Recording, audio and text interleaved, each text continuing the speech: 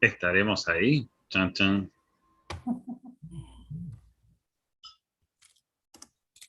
Bueno, creo, sí, Estamos, ya ¿no? estamos ahí. Sí, Sí, ahí está. Confirmado. ahí va. Sí, está. Bueno, Kiara, cuando quieras. Bueno, estamos en vivo. Bueno, buenas tardes a todos, a todas y a todes. Le damos la bienvenida al profesor Pablo Díaz, la profesora Paula Daniela Guasi y Aya. En este encuentro vamos a Y hablar Claudia de Falvo. Claudia Sal, disculpame. En este encuentro vamos a hablar de ESI y le doy la palabra a la profesora Paula Daniela Guasi.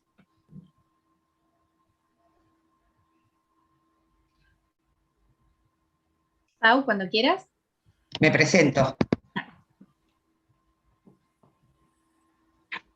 Sí, sí.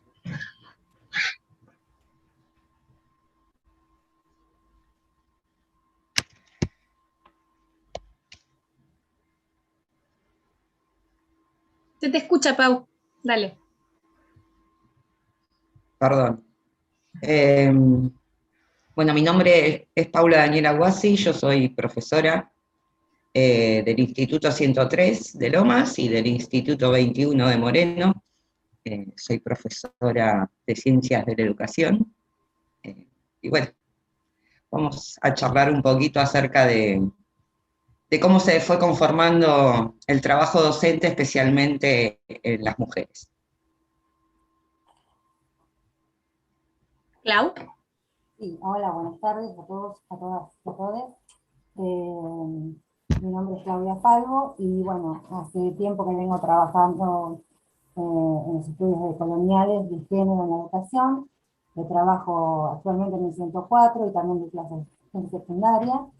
Soy licenciada y profesora en educación, por eso me interesa trabajar estos temas eh, que implican tanto están tan implicados en la educación, el tema del género y bueno, y la cuestión de colonial que la vamos a ir viendo ahora cuando desarrollemos, porque es importante abordar la educación sexual integral desde otras miradas, ¿no? Que nos han referido.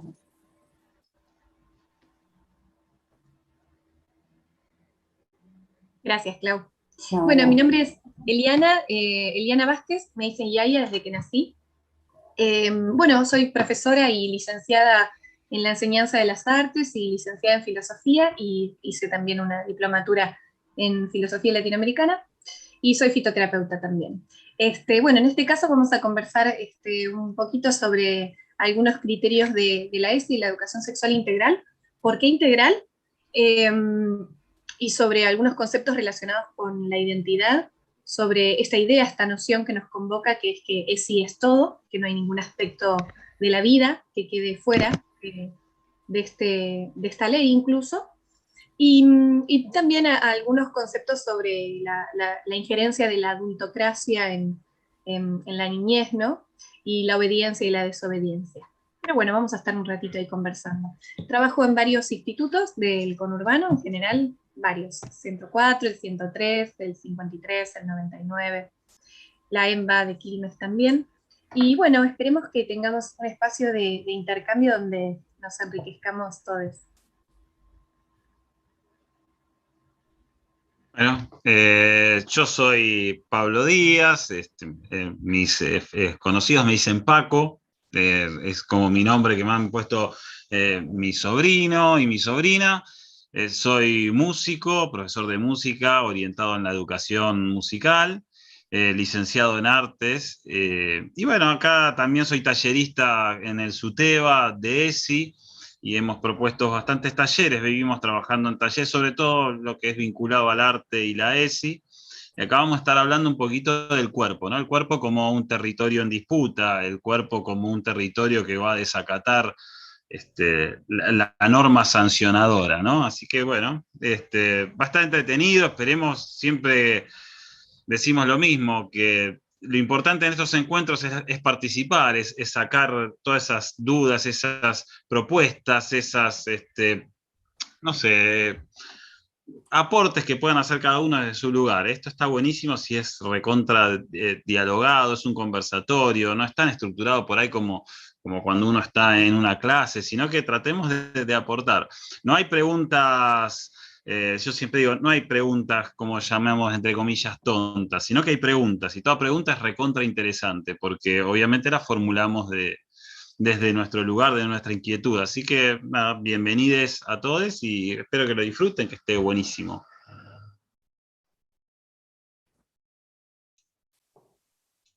Todo tuyo, Chiara. Bueno, como dije, se me olvidó presentarme, entre los nervios, disculpen. Mi nombre es Chiara Puente, soy estudiante del Instituto Superior y Técnica número 83. Estudio la carrera Profesorado de Educación Inicial y actualmente estoy cursando tercer año. Espero que este conversatorio sea muy útil para ustedes, para todos, todas y todes, y que, bueno, cualquier consulta que vaya surgiendo, la dejen en el chat, así podemos ir contestándola. Muchas gracias.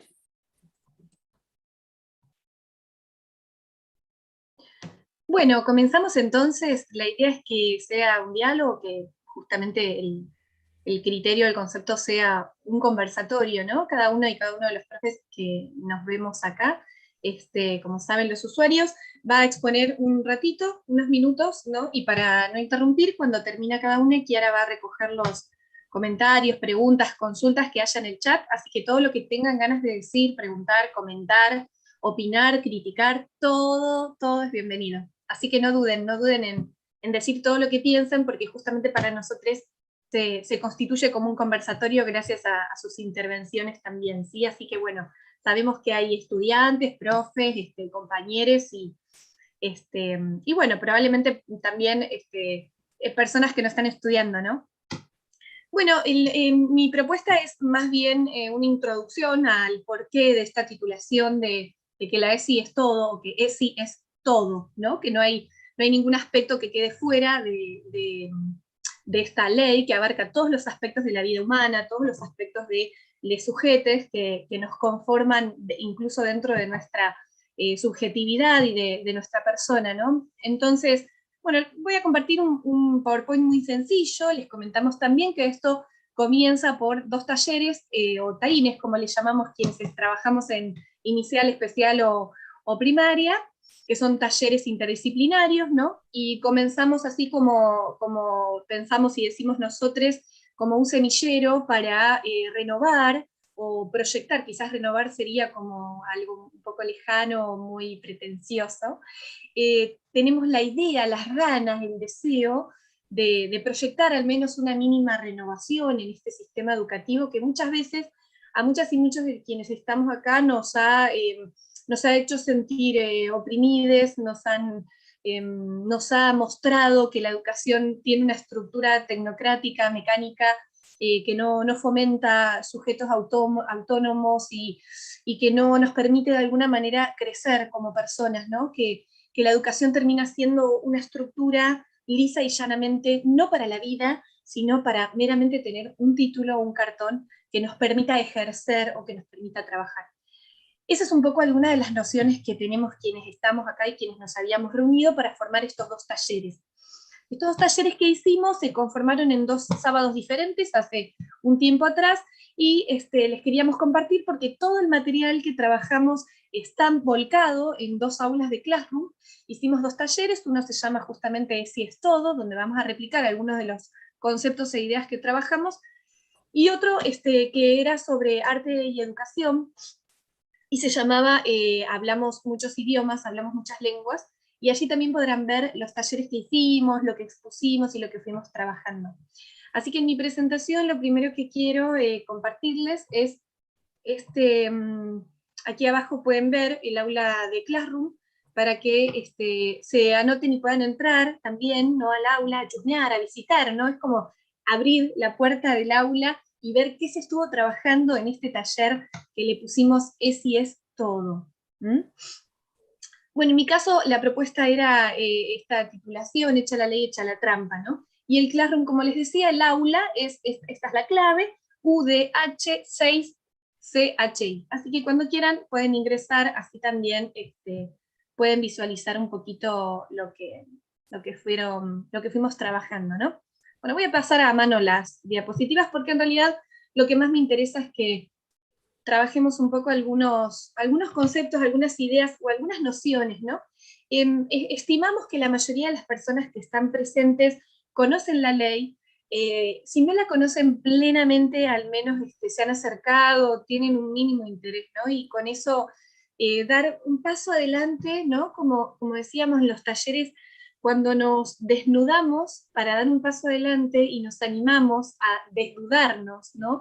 A buscar dudas y a quitarnos esas dudas, o a seguir indagando, a seguir cuestionando, ese es el primer paso, sobre todo para encontrarnos con una ley que, aunque lleva unos cuantos años, todavía es tan difícil de llevar a cabo en la educación, ¿no? Y la pregunta es, ¿por qué es tan difícil de llevar a cabo en la educación?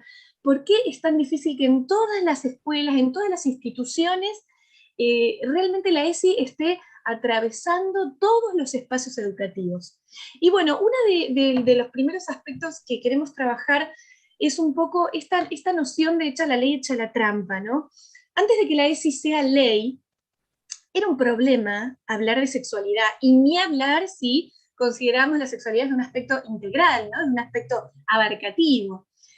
Cuando hablábamos de sexualidad y se nos daban charlas a las mujeres sobre menstruación y a los hombres sobre preservativos, no había problema con nada, ¿no? Nadie cuestionaba, estaba bien porque fíjense que el lugar de la mujer, visualizado de esa forma, es pasivo, ¿no? O sea, mientras que la mujer se sostenga en un espacio, en un lugar pasivo, no hay ningún problema. Entonces, si a la mujer se le tiene que hablar de menstruación, que es algo que podríamos decir que nos sobreviene, ¿no? No es una elección, no es una decisión, no podemos decidir si tenemos ganas, sino que si este mes no tengo muchas ganas, bueno, capaz dentro de unos años, ¿no?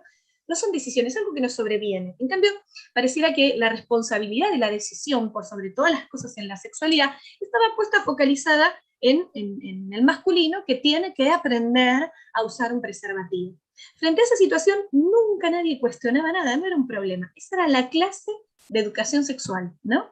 Donde, repito, la mujer tiene un rol pasivo, el hombre tiene un rol activo, ¿no? Y de ahí sobrevienen algunas frases cotidianas, ¿no? Malditamente cotidianas, por supuesto, como, bueno, él hizo tal cosa, pero la mujer siempre es la que abre las piernas, ¿no? O expresiones donde siempre se pone a la mujer en un lugar de pasividad, ¿no? De hecho, nos han enseñado la fertilidad en un texto de Diana Mafía que me parece muy importante, en una conferencia.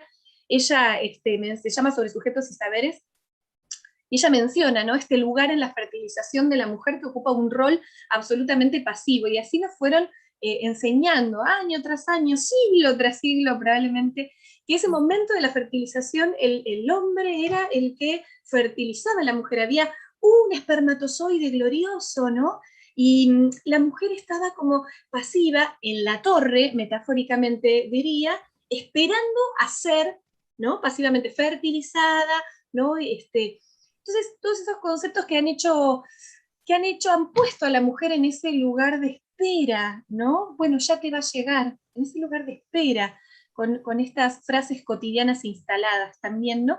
Que de alguna manera posicionan a la mujer en ese espacio, en ese rinconcito de pasividad, donde tiene que a ver quién la elige a la mujer, ¿no es cierto? Así que bueno, queríamos cuestionar, interpelar algunos de estos conceptos, algunos de estos criterios que están como instalados, y muchos de ellos son altamente prejuiciosos, ¿no? Y ponen en tela de juicio a la ESI, ¿no? Bueno, además está decir que todo lo que vamos a dialogar y conversar son conceptos, criterios, elaboraciones que son absolutamente propios de cada una de nosotros, y bueno, a mí me interesaba dejar claro que tiene que ver con mi recorrido, pero que no voy a mencionar probablemente ningún otro autor más que Eduardo Galeano en el concepto de la obediencia, ¿no? Por lo tanto, queremos invitarles a que podamos profundizar en estos aspectos, porque la idea es solo poner sobre la mesa, ¿no? Dejar las cartas sobre la mesa para que nada quede fuera. Por eso comenzamos con esta frase, ¿no? Ningún aspecto de la vida humana queda afuera de la ESI, no está contemplado en la ESI. Por ejemplo, bueno, deben conocer este primer acercamiento, ¿no? Se entiende como educación sexual integral la que articula aspectos biológicos, psicológicos, sociales, afectivos y éticos, ¿no? Bueno, ¿qué aspecto podría faltar en esta ley? ¿Qué aspecto quedaría fuera en esta ley? Político, bueno, quizás solamente faltó la palabra, porque cuando hablamos de aspectos psicológicos, sociales, afectivos y éticos, lo político está necesariamente incorporado, ¿no? Quizás los aspectos económicos, que tampoco sabemos muy bien que no se encuentran atravesados por esta ley. Por lo tanto, que no sean quizás explícitamente mencionados no significa que no estén atravesando todos los aspectos de la vida humana, de las personas, esta ley, ¿no? Que ya, como decíamos, no es tan nueva, pero que cuesta tanto ponerla en práctica, y por sobre todo las cosas, porque en realidad cuesta mucho poner en práctica una ley que defiende derechos, una ley que pone sobre la mesa, una ley que desnuda y que desduda, ¿no?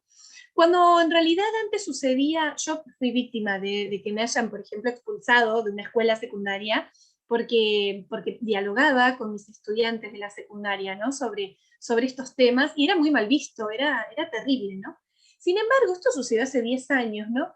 Y al día de hoy podemos encontrar todavía escuelas que, por ejemplo, bajan circulares a todo el plantel docente en una escuela de Temple, por ejemplo, solicitando que no se dialogue, no se hable en lenguaje inclusivo, porque, bueno, no está aprobado por la Real Academia Española.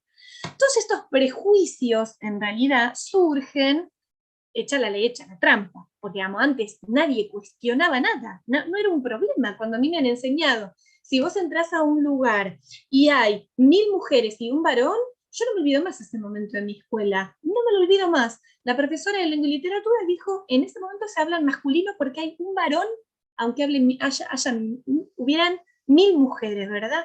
Entonces, ¿por qué no cuestionábamos? ¿Por qué no nos hacía ruido? ¿No? ¿Por qué nos hacía ruido que no se incluya a la mujer? ¿Y por qué hoy sigue habiendo tanta gente a la que le hace tanto ruido que se incluyan diversas identidades en el lenguaje, en el habla, en el discurso? ¿Qué pasa con la palabra, ¿no? Que es tan valiosa? ¿Qué nos pasa con la palabra, ¿no?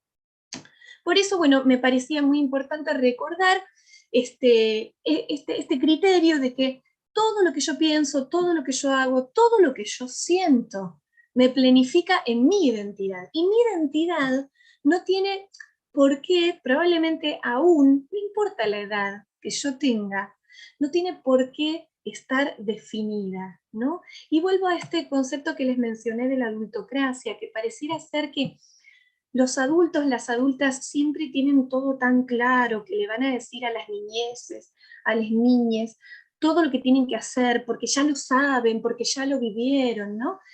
Y cuán poco de construcción hay, y cuán poco de trabajo psicológico, social, histórico tenemos encima como para poder hoy decirle a un niño o una niña con total claridad, como si mi adultez me diera meramente esa autoridad, decirle qué es lo que tiene que hacer, ¿no? Hemos escuchado millones de veces a autoridades que nos han dicho, yo hice lo que creía que era lo mejor para vos, ¿no? Y la pregunta es, ¿por qué no me lo preguntaste a mí? ¿Por qué no nos lo preguntamos a nosotros y a nosotras? ¿Por qué no les preguntamos a las niñas qué sería bueno, qué sería interesante hacer, ¿no? Bueno, es mi recomendación para muchas maestras. No sepas qué hacer, háblalo con un niño o una niña, ¿no? Acá menciono, bueno, uno de los ejemplos en los talleres que nosotros dimos, yo utilicé 2 textos de literatura infantil que me parecen muy representativos. Este es uno de ellos, ¿no? ¿Por qué toma Caperucita? Bueno, desde el concepto de obediencia y desobediencia me parece crucial. Hemos enseñado a lo largo de la historia, hemos recibido una educación absolutamente opresiva, que sigue siéndolo, porque lo crucial, lo importante y lo transversal es saber obedecer a las autoridades. Es imprescindible obedecer a las autoridades. Y no hemos enseñado a desobedecer. Y todavía no nos animamos a enseñar a desobedecer, porque quizás como maestras, como autoridades, como adultos, tememos que enseñar a desobedecer implica que me desobedezcan a mí. Cuando hablábamos de esto en el taller que dimos, una de las compañeras o estudiantes decía, qué temor, ¿no? Enseñarle a mi hija a que también me puede desobedecer a mí. Bueno, me parece muy importante que también se constituya la niñez desde su autonomía, se logre construir la personalidad desde la obediencia y desde la desobediencia. Lógicamente hay márgenes y hay límites, no quiero que no haya malas interpretaciones, ¿sí? Me parece que es tan importante aprender a enseñarles, nosotros como educadores, aprender a enseñarle a las niñeces que pueden obedecer y pueden desobedecer, el criterio que se va a desarrollar desde esa subjetividad es ¿cuál será mi argumento? Oye, pareciera que los caprichos son absolutamente tarea de las niñas, ¿no? Y tenemos la autoridad como para decir que ningún adulto, ninguno de los adultos presentes es caprichoso o caprichosa en algunas oportunidades. Entonces, ojo con los caprichos, porque me parece que muchas veces es el rinconcito que tenemos, el arma que tenemos bajo la manga, para decirle a un niño lo que tiene que hacer, porque si es caprichoso o caprichosa no va a optar por un buen camino, ¿verdad? Entonces, bueno, me quedo con una frase de Eduardo Galeano que yo siempre les enseño a mis estudiantes, que dice: ojalá podamos ser desobedientes cuando recibamos órdenes que humillen nuestra conciencia o que violen nuestro sentido común. Y uno diría, ¿cómo enseñarle a un niño o una niña que puede obedecer y que puede desobedecer? Este concepto de la adultocracia que nos hemos cargado como una grandiosa mochila a los adultos, y estas nociones de obediencia, como que un niño bien, una niña bien, un grupito de niños y niñas que actúen bien, van a ser desobedientes, ¿no? Porque justamente hemos escuchado a millones de autoridades decir, este es el grupito, este grupito va a saber que va muy bien, el resto, bueno, son indómitos, ¿no es cierto? ¿Qué pasa con el niño o la niña que se forma durante toda su vida en la obediencia? Y luego, digamos, constituye un sujeto social que responde frente a cualquier autoridad con la obediencia. Y a todas las autoridades hay que obedecerlas. Frente a toda situación tengo que obedecer a una autoridad. ¿Por qué a lo largo de los siglos se sostuvieron silenciados los abusos? Por la obediencia, porque un adulto me dijo, porque un adulto me pidió. Entonces, enseñarle la autonomía a un niño o a una niña tiene que ver con la constitución de su propia personalidad y de su propio criterio. Bueno, acá hay algunos de los prejuicios que pueden ver, que son prejuicios que siempre van a surgir meramente porque hay ley, ¿no? Son prejuicios que van a vulgarizar, que van a menospreciar una ley contundente, fuerte, argumentada, bien fundamentada.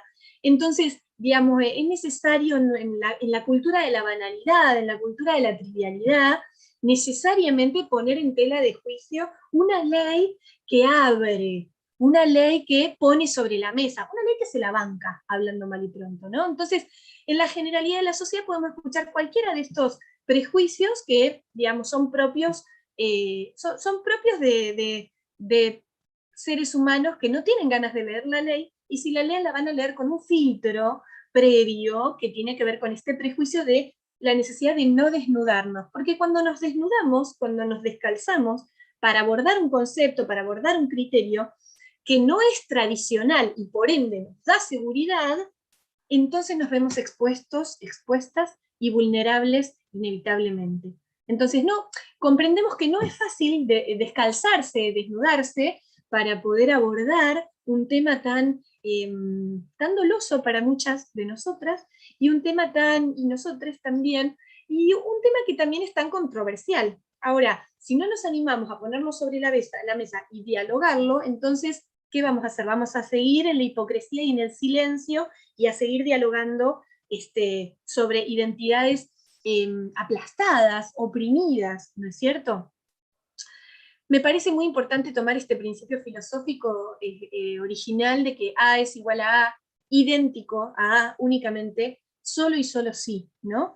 Cada una y cada uno de nosotros es solamente idéntico a nosotros mismos, a nosotras mismas, podemos parecernos a alguien, a otro, a un otro, pero solamente somos idénticos a nosotros mismos. Entonces, dejar de homogeneizar a un grupo de niños y niñas en la escuela, o a un grupo de adultos también, ¿no? En la formación superior se ve mucho esto, cuando un adulte, una mujer, ¿no? Vamos a centrarnos, por ejemplo, en los prejuicios frente a la mujer, ¿no? Cuando una mujer reclama, pone sobre la mesa un derecho, muchas veces los comentarios subrepticios que se esconden por allí no son, ¿qué le pasa a esa mujer? O no está bien atendida, o gran prejuicio para nosotras, o tiene, no sé, quizás le vino, ¿no?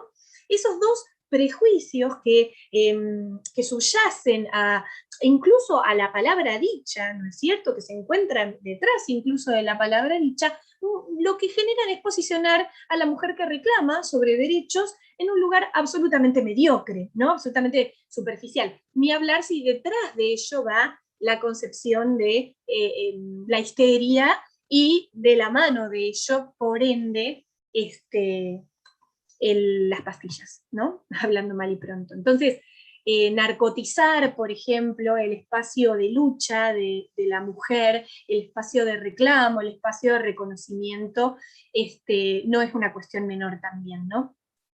Bueno, cerrando el ejemplo de Caperucita, una niñita, ¿no? Cuentitos que siguen hasta el día de hoy taladrando la educación, donde pareciera que justamente no hay historias nuevas, cuentos nuevos, canciones nuevas que las que hemos escuchado a lo largo de la historia. Esa tradición nos da seguridad. Entonces, si nosotros podemos poner sobre la mesa y discutir y debatir sobre esa literatura que nos ha calado en lo más hondo, sin saber bien por qué, ¿no? Por qué era tan lindo el cuentito de Caperucita, podríamos quizás enseñar un poquito, no solo a obedecer, sino también a desobedecer. ¿Cuáles son los orígenes de estos prejuicios? Bueno, acá puse algunos aspectos que me parecían importantes, ¿no? La reticencia hacia los derechos que se buscan conquistar, derechos que parece que si se conquistan se convierten en una exhortación. Ahora se puede hacer esto, vamos todos a hacer esto.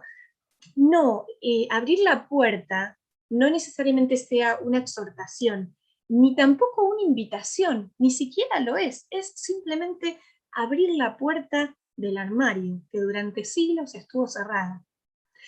Por otro lado, esta noción de que la diversidad no se respeta, se acepta, esa idea de, bueno, pero hay que respetar, de hecho, si googlean un poco y si visualizan lo que suele aparecer como imágenes representativas de la diversidad, ¿no? Siempre, bueno, va a aparecer el chino, el morocho, diferentes nacionalidades, parece que el homosexual, la lesbiana son les diferentes, y nosotros lo que tenemos que hacer, nosotros, siempre desde el posicionamiento del grupo, de la homogeneidad, es respetarles. Es un error garrafal. Digamos, nosotros, este grupito que se porta bien, ¿no? Ese grupito que se porta bien, es un grupito heterogéneo por sí mismo, ¿no? No hay grupito, hay seres humanos con identidad propia, ¿sí? Que han decidido que se han planificado o no en su propia identidad, y no hay iguales y diferentes. Por lo tanto, la diversidad no se respeta, se acepta.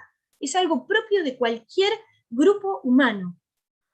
La prohibición, la negación y la manipulación sobre la verdad y la realidad es otro origen de los prejuicios. ¿Qué conviene? ¿Qué conviene?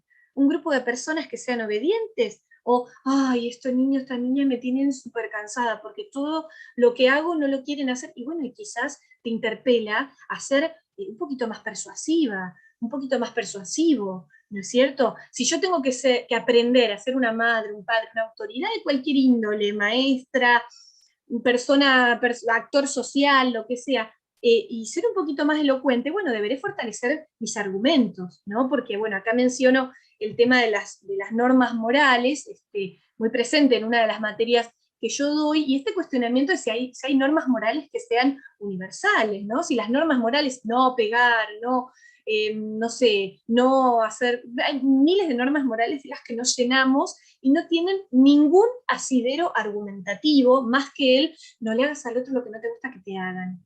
¿Y cómo puede ser que nuestra norma moral esté basada en el gusto? Como si fuese universal. ¿Cómo puede a mí gustarme lo mismo que le guste al resto del universo? Y si a mí sí me gusta hacer eso feo que no hay que hacer y que está mal, entonces hay que empezar a fortalecerse en la argumentación y la fundamentación para lograr ser un poquito más persuasivos y persuasivas y dejar esta negación, esta manipulación, esta prohibición que ha dado resultados, no voy a decir que no, ha generado regímenes de miedo interesantes, ¿no? Hasta el día de hoy, y esta obediencia, sometimiento y responsabilidad que siempre están enmarcadas en el desdén hacia las hijas. Ay, bueno, pero es niña, no, está haciendo un caprichito, no, bueno, pero no sabe lo que quiere. Y yo me pregunto, ¿qué adulta sabe lo que quiere? Lo importante no es que sea, sino que parezca. Una frase que me han dicho mucho, sobre todo en escuelas religiosas, ¿no? Me han dicho muchísimo. Así que, bueno, me parece muy importante correr un poquito al adulto, a la adulta de ese lugarcito de de autoridad absoluta. Considero que la autoridad hoy por hoy se construye, por suerte hemos logrado y hemos llegado hasta acá, la autoridad se construye, no se impone más, no es que la maestra impone su autoridad porque abrió la puerta del aula y es la maestra, hay que respetarla.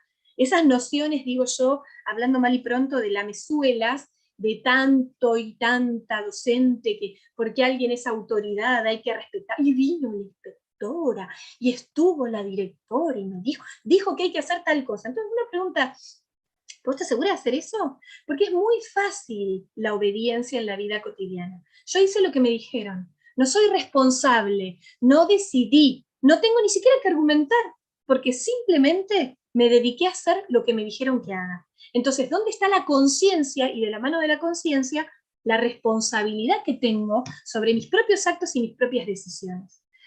Las frases hechas, y con esto voy terminando, las frases hechas que se instalan de manera superficial, absolutamente superficial, pero que suenan bien y que de hecho nos permiten de alguna manera en nuestras vidas y en nuestros trabajos cubrirnos, ¿no es cierto? De alguna manera tener un refugio, refugiarnos y decir, pero es que a mí me dijeron que yo haga esto. Y cuando yo le pregunto a un estudiante de cuarto año, por ejemplo, ¿qué clase de maestra quiere ser? Si solamente lo único que hace en su residencia es obedecer lo que su profesora le está diciendo que haga. ¿Qué clase de maestra quiere después ser cuando esté en el aula, cuando esté en la sala? ¿Verdad? Puedo comprender algunas obediencias, pero también necesito creer en una educación diferente, que deja de replicar, que deja de reproducir, que empieza a ser un poquito más consciente y responsable. Porque no somos responsables si decimos, hice esto porque me dijeron que haga esto. Cuando en una institución uno pregunta, ¿y por qué esto se hizo así? Y la respuesta por excelencia es porque siempre se hizo así. ¿Dónde está la argumentación? ¿Dónde está el cuestionamiento y la interpelación de los docentes autónomos, profesionales, responsables, que pueden ser conscientes de las decisiones que están tomando adentro y afuera del aula para nuestra cultura y para nuestra educación? Esas frases hechas han sido para nosotros un refugio, un gran refugio, ¿no? Un gran refugio, y se trasladan también a stickers que se pegan por todos lados, ¿no? Como sonríe, pareciera ser que somos como monigotes, que tenemos que sonreír, o cuando empezó la pandemia, no sé si recuerdan, la frase hecha era todo va a estar bien. Díganme dónde estuvo todo bien. ¿Nos gusta el realismo o nos gusta escuchar cosas lindas?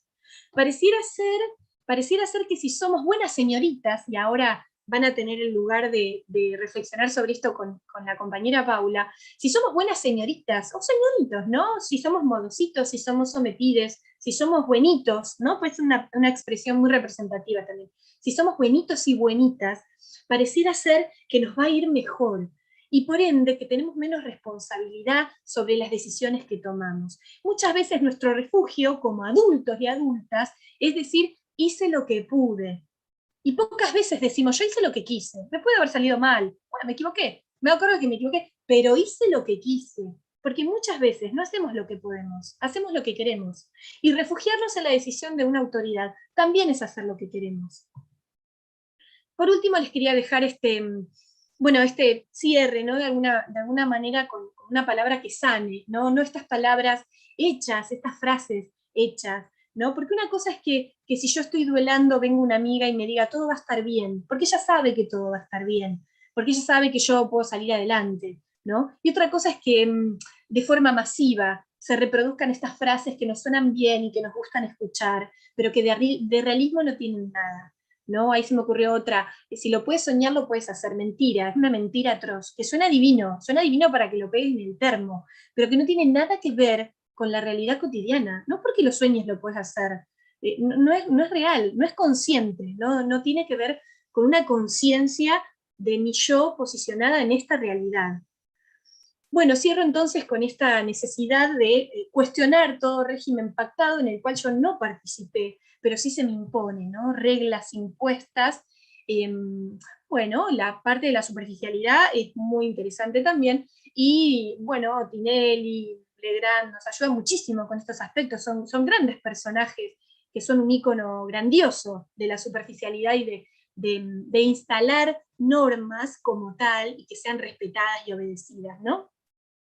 Elegir responsablemente nos hace personas que se hacen cargo, que nos hacemos cargo de nuestra propia identidad, que llevamos nuestra vida como queremos, a veces como podemos, sí, pero solo algunas veces como podemos. Mayoritariamente, si queremos ser personas conscientes, sin prejuicios, y que nos animamos no solo a sentir, sino también a consentir, ¿no? Es un aspecto muy importante para mí en la ESI también, ¿no? No proponer a nuestros y nuestras jóvenes, niñas, adolescentes, a no culparse por lo que sienten, sino más bien a responsabilizarse de aquello que consienten en base a lo que sienten. Porque de lo que sentimos, que son pulsiones, no somos responsables el 99% de las veces, pero de lo que consentimos sí lo somos. Hacer consciente el inconsciente. Les invito entonces, para cerrar, a elegir una palabra que a cada una y a cada uno les identifique justamente desde su identidad, como personas, como sujetos, como sujetas absolutamente íntegras, y que abarque de alguna manera todos los aspectos que nos hacen ser lo que somos. Bueno, muchas gracias. Le doy lugar a Kiara. Muchas gracias, Eliana, por tus palabras. Retomando el chat, hicieron preguntas muy interesantes. Por ejemplo, mencionan, ¿creen que sea posible en un futuro que se implemente completamente el lenguaje inclusivo en las aulas y en la formación docente? ¿Qué sucede si queremos como docentes implementar el lenguaje inclusivo y que la institución educativa no lo permita? Bueno, ahí quiero quizás decir algo que me parecen muy interesantes las preguntas, ¿no? ¿Qué pasa cuando una institución no lo permita? Yo vuelvo a Galeano. Ojalá podamos ser desobedientes cuando recibamos órdenes que humillen nuestra conciencia y que violen nuestro sentido común. Yo me voy a hacer cargo de cómo hablo yo, ¿sí? Y después sepan, queridas futuras maestras y maestros, que hay millones de escuelas y que nuestro temor no puede ser quedarnos sin trabajo. Así que anímense a jugársela por los que están convencidos, ¿no? Sí, Kiara. También me pareció muy interesante esta pregunta que dice, ¿cómo podemos explicar a los más chicos sobre la importancia de la diversidad? Yo creo que nos cuesta más a nosotros que a las niñas, ¿no? Porque ellos lo tienen bastante claro. Y en general, los prejuicios sobre los colores, los prejuicios sobre las identidades, no cuestan por la niñez en sí, cuestan por las familias. Entonces creo que como educadoras y educadores debemos a nosotros mismos hacer este proceso de deconstrucción para que nuestros pequeños ejemplos cotidianos, frasecitas, chistecitos, dejen de estar y naturalicen la diversidad, porque es una realidad. La diversidad es una realidad, te gusta o no te gusta igual, es una realidad. Entonces, ¿qué vas a hacer con eso? ¿Lo aceptás vos primero? Bueno, entonces naturalizamos. La maestra, el maestro que no va a cuestionar con qué juega un niño o una niña, con qué se divierte un niño o una niña, está dando un primer paso, por ejemplo, ¿no? Y la maestra que cuestiona en la sala el comentario del niño o la niña, que educado con una familia que probablemente no se haya podido aún deconstruir, frente a esa apertura va a ser clave también. Va a ser clave esas intervenciones didácticas, esas estrategias que utilizamos pedagógicamente de impacto, muchas veces pueden funcionar muy bien. ¿Y cómo podríamos acercar a los padres al conocimiento acerca de la ESI para, bueno, dejar de lado este complejo que a veces se marcan las instituciones? Sí, prejuicios, invitarlas a que se animen a descalzarse y que no se acerquen a la ESI con estos prejuicios tan vulgares, que no, la verdad es que en general, yo por lo menos hasta el día de hoy no he escuchado ningún prejuicio que sea fundado en un verdadero temor auténtico. O sea, el padre o la madre que tiene temor es un padre o una madre que la mayoría de las veces es controlador, y no necesariamente sobreprotector o sobreprotectora, sino más bien que necesita tener el control, ¿no? Y les doy el ejemplo, una vez estábamos llenando formularios, yo fui directora de escuela secundaria, y le pregunto a la madre, porque antes era como normal, ¿no? Lo normal justamente era que preguntemos el sexo del niño o la niña, ¿no? Ah, no tiene, decía. Y se refería a que no tenía relaciones sexuales. Entonces, no, con la secretaria lo primero que le dijimos es, ¿qué sabes? O sea, ¿por qué crees que sabes sobre tanto? ¿No? Si tu concepto, tu primera impresión para responder sobre la sexualidad de tu hijo o tu hija es relacionada a la genitalidad, en ese reduccionismo es donde tenemos que trabajar, porque ahí hay un índice de una madre, un padre, un familiar, que probablemente no tenga ganas de deconstruirse. Es un trabajo muy arduo de construirse. ¿Y para qué? ¿No? Me acuerdo de la publicidad de Mostanesa, ¿no? Que a veces le digo a mis estudiantes, ¿no? Publicidad viejísima, una familia muy tradicionalista, con una fuerza tremenda en ese tradicionalismo, ¿no? Y venía un niño y dice, ah, mirá, lo que conseguí era la Mostanesa, ¿no? Y toda la familia decía, aburrida y con ese tono lóbrego, ¿no? Ah, ¿para qué? Si así estamos bárbaros. La pregunta es, ¿realmente estamos bárbaros?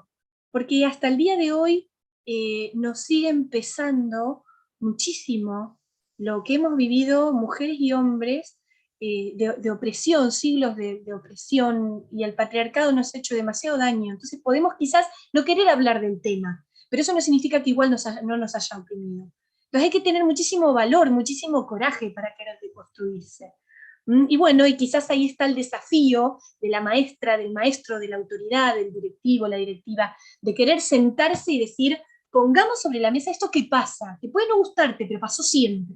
Esto pasó siempre. Entonces, hablemoslo. No hay nada mejor que utilizar la palabra, porque de hecho nos diferencia de los animales el poder dialogar, el poder poner en palabras, el poder discutir, el poder debatir. Peleémonos sobre estos temas si tenemos que pelearnos. Discutamos, peleemos todo lo que queramos, pero trabajemos en la argumentación también, porque lo que pasa, pasa igual. Te guste o no te guste, pasa igual. Bueno, gracias, Kiara, por tu intervención también. Muchísimas gracias, Eliana. Bueno, Gracias, continuamos compañera. con la palabra de Paula.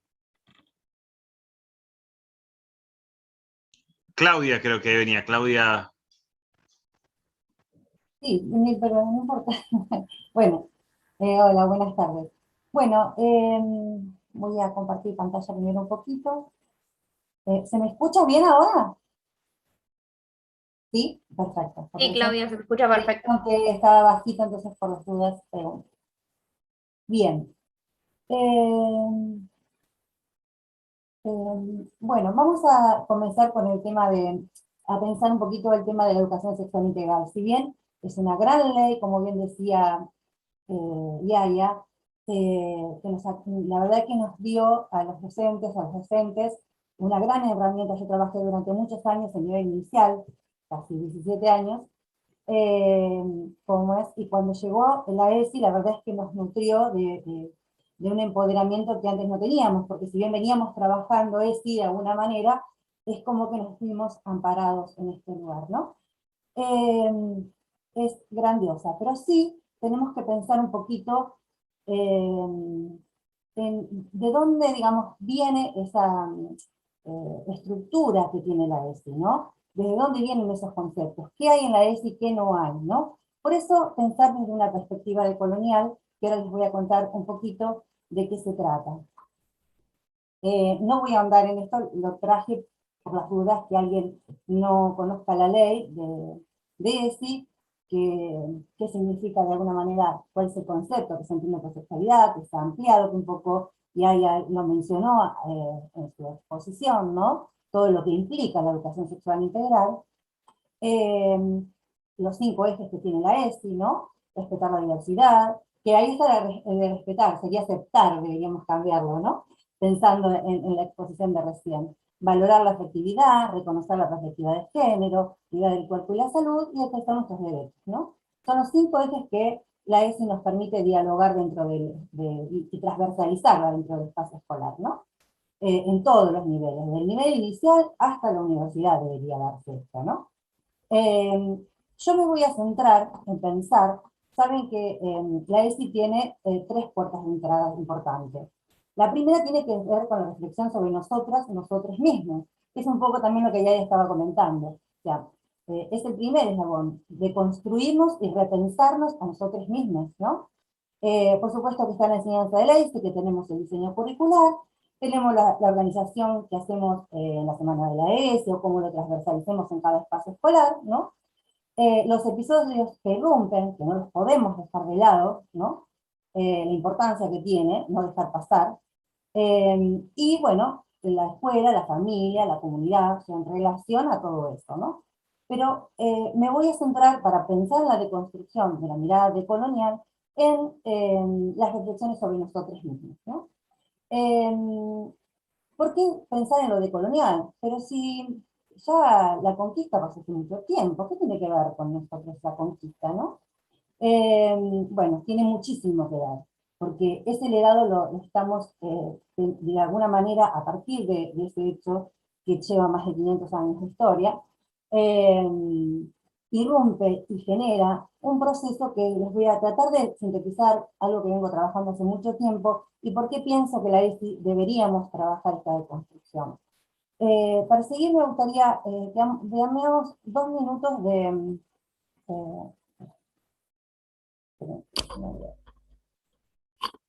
este videito que tengo preparado acá, en los minutitos, que me gustaría que escuchen a...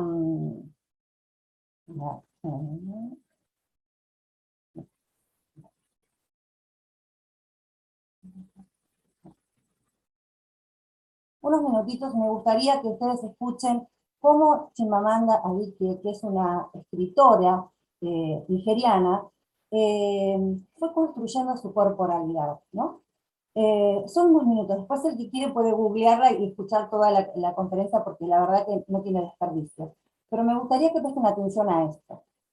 ¿Se ve? I'm a storyteller, and I would like to tell you a few personal stories about what I like to call the danger of the single story. I grew up on a university campus in Eastern Nigeria. My mother says that I started reading at the age of 2, although I think 4 is probably close to the truth. So I was an early reader, and what I read were British and American children's books. I was also an early writer. And when I began to write at about the age of 7, stories in pencil with crayon illustrations that my poor mother was obligated to read, I wrote exactly the kinds of stories I was reading. All my characters were white and blue-eyed. They played in the snow. They ate apples. And they talked a lot about the weather, how lovely it was that the sun had come out. Now, this despite the fact that I lived in Nigeria. I had never been outside Nigeria. We didn't have snow. We ate mangoes. And we never talked about the weather because there was no need to. My characters also drank a lot of ginger beer because the characters in the British books I read drank ginger beer. Never mind that I had no idea what ginger beer was. And for many years afterwards, I would have a desperate desire to taste ginger beer. But that is another story. What this demonstrates, I think, is how impressionable and vulnerable we are in the face of a story, particularly as children. Because all I had read were books in which characters were foreign, I had become convinced that books, by their very nature, had to have foreigners in them and had to be about things with which I could not personally identify. Now, things changed when I discovered African books. There weren't many of them available, and they weren't quite as easy to find as the foreign books. But because of writers like Chinua Achebe and Tamara Laye, I went through a mental shift in my perception of literature. I realized that people like me, girls with skin the color of chocolate, whose kinky hair could not form ponytails, could also exist in literature. I started to write about things I recognized. Now, I loved those American and British books I read. They stirred my imagination, they opened up new worlds for me. But the unintended consequence was that I did not know that people like me could exist in literature. So what the discovery of African writers did for me was this: it saved me from having a single story of what books are.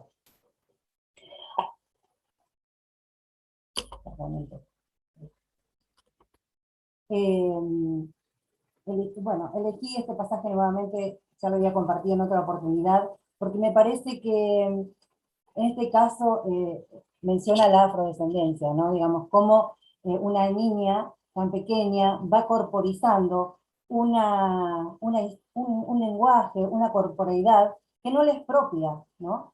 Y así pasa con el resto de las diversidades, digamos, quienes no encajamos desde esa matriz eurocéntrica colonial. Cuando hablo de la matriz eurocéntrica colonial, es la que se instaura a partir de la conquista y colonización de América. Ese sistema mundo que comienza de alguna manera, por así decirlo, porque las conquistas fueron a nivel mundial, ¿no es cierto? Pero a partir de ese lugar, de ese momento histórico, se replica, de alguna manera, se vuelve ecuménica, esta forma de leer el mundo, ¿no? Blanca, rubia, de ojos celestes, quienes tienen la palabra empoderada es un grupo reducido, y el resto no existimos, ¿no? Entonces, como esta niña, digamos, no reflejaba, digamos, en sus cuentos, su propia corporalidad. Lo mismo le puede pasar a una persona transexual, una persona, todos los que quedamos por fuera, ¿no? Que no están. Basta comprender la televisión, cuántas personas afrodescendientes encuentran en los medios de comunicación, cuántas personas transexuales, digamos. Ahora, bueno, con el cupo laboral trans vamos a comenzar a encontrar quizás más personas con esos derechos, ¿no? Por poder ejercerlos.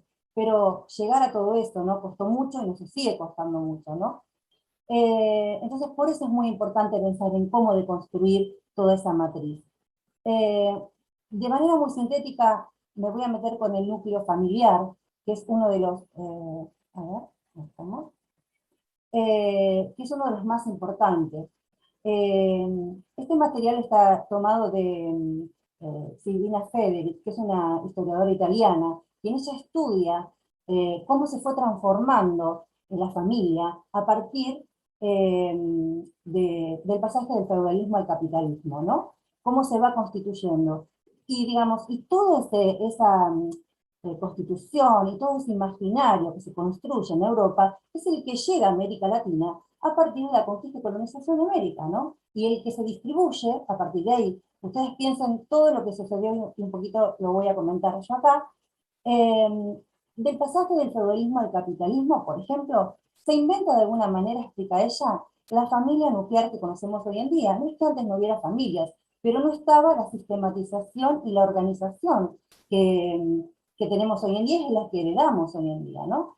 Digamos, mamá, papá, hijitos y nada más, digamos. No hay otro modelo de familia, como si antes no hubiera habido diversidad de familias también, ¿no? Pero la familia normal era esa, ¿no? La invención de la familia nuclear, centrada en la dependencia económica de las mujeres a los hombres, y comienza ahí una feminización de la pobreza.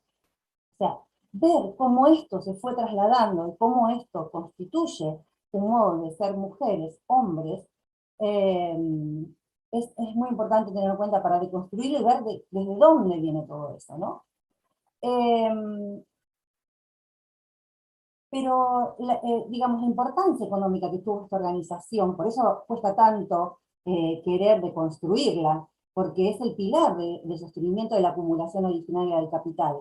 Esa división sexual del trabajo que apareció, con ello, digamos, sujetó a las mujeres al trabajo reproductivo y a los varones al trabajo productivo, ¿no? Permitió de alguna manera, digamos, depender las mujeres, ¿no? De los maridos y del Estado, porque el Estado empezó a apropiarse de los cuerpos de las mujeres, ¿no?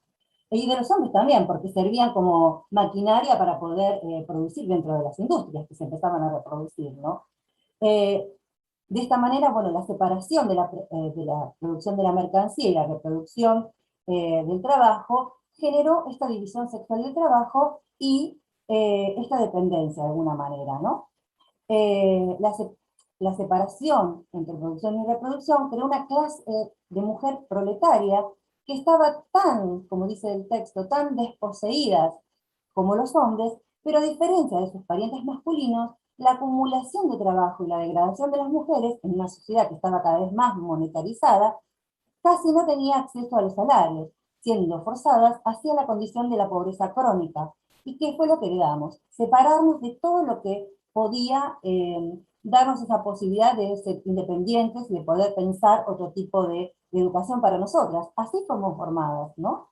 Y eso es lo que se traslada a América Latina, porque todo eso se organiza en ese contexto eurocéntrico.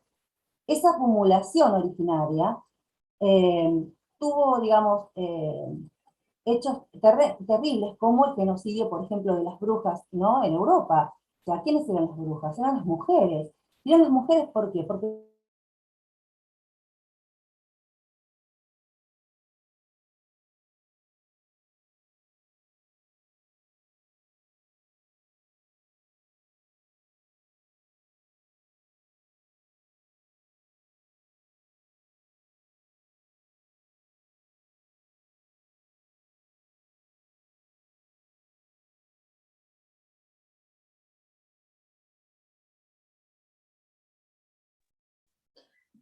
A la compañera se le cortó internet, así que vamos a ver si vuelve o...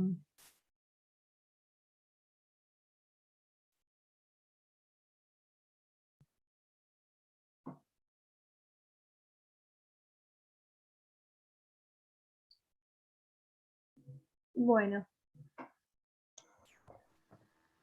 Si les parece, continuamos porque no tengo ningún mensaje, quizás se le cortó directamente internet. Me parece que ahí mandó.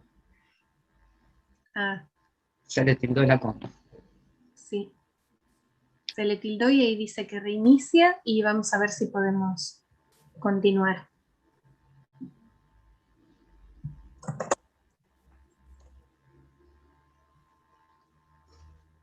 Los gajes de la virtualidad, ¿no? Son plataformas pesadas estas. Y sí. Lo primero que pasa a uno es que se pregunta, ¿soy yo? Se tildó, empezás a ver si se mueven las caritas también. Sí. Sí, Yo pensé que era mi internet. sí, yo Claro, también sí, yo apagué la también. cámara para ver si arrancaba, pero no.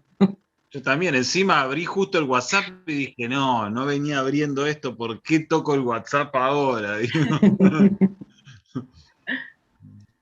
Bueno, a ver, vamos a ver si puede. Sí, se cortó, les decimos a las compas que estaban ahí escuchando, les pedimos que tengan un poquitito de paciencia.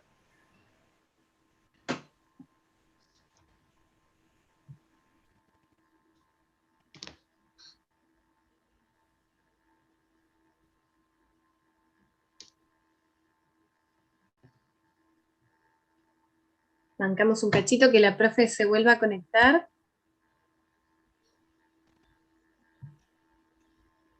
En el chat hay actividad, Chiara, que vos estás ahí, vos sos el nexo contra el exterior, digamos.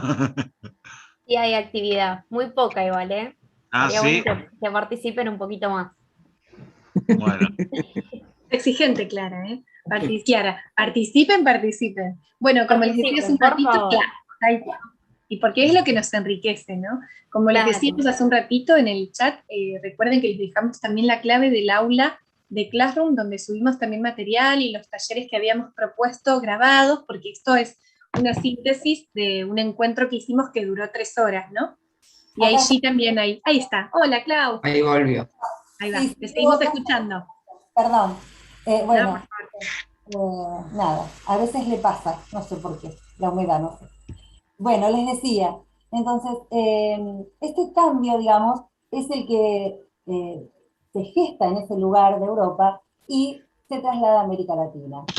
En su momento, bueno, con la población originaria que estaba, ¿no? Entonces se construye el patriarcado del salario.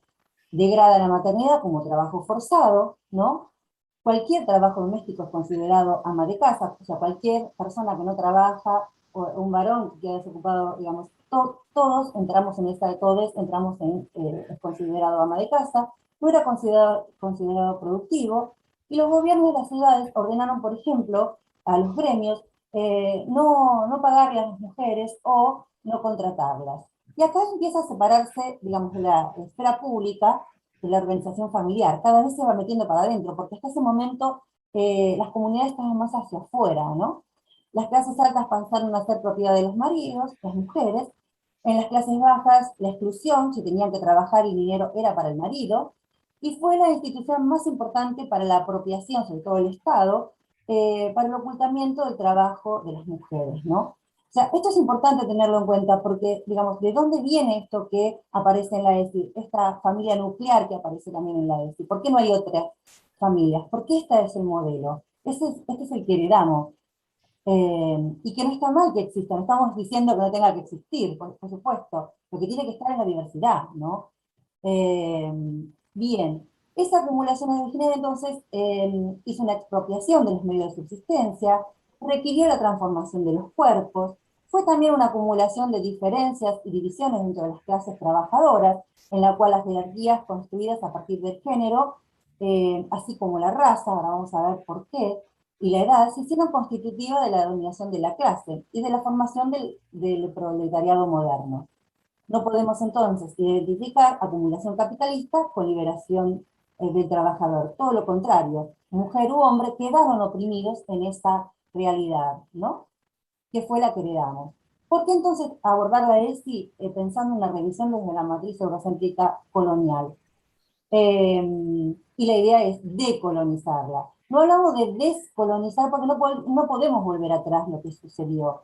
Eso sería imposible. Lo que podemos es repensar, digamos, esas estructuras que tenemos de alguna manera en nuestro ADN cultural y volverlas a repensarlas, ¿no? Entonces dice, los españoles desembarcaron en América con un conjunto de ideas misóginas, ya tenían toda, digamos, toda esa carga de la caza de brujas, del adoctrinamiento, todo lo que pasó, ¿no? Y delirantes provenientes de Europa.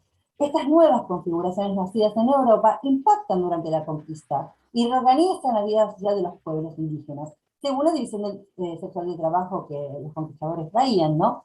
Y eso genera, como dice Enrique Dussel, una espalocracia, un uxoricidio. Uxoricidio quiere decir la muerte de la mujer en manos del marido, ¿no?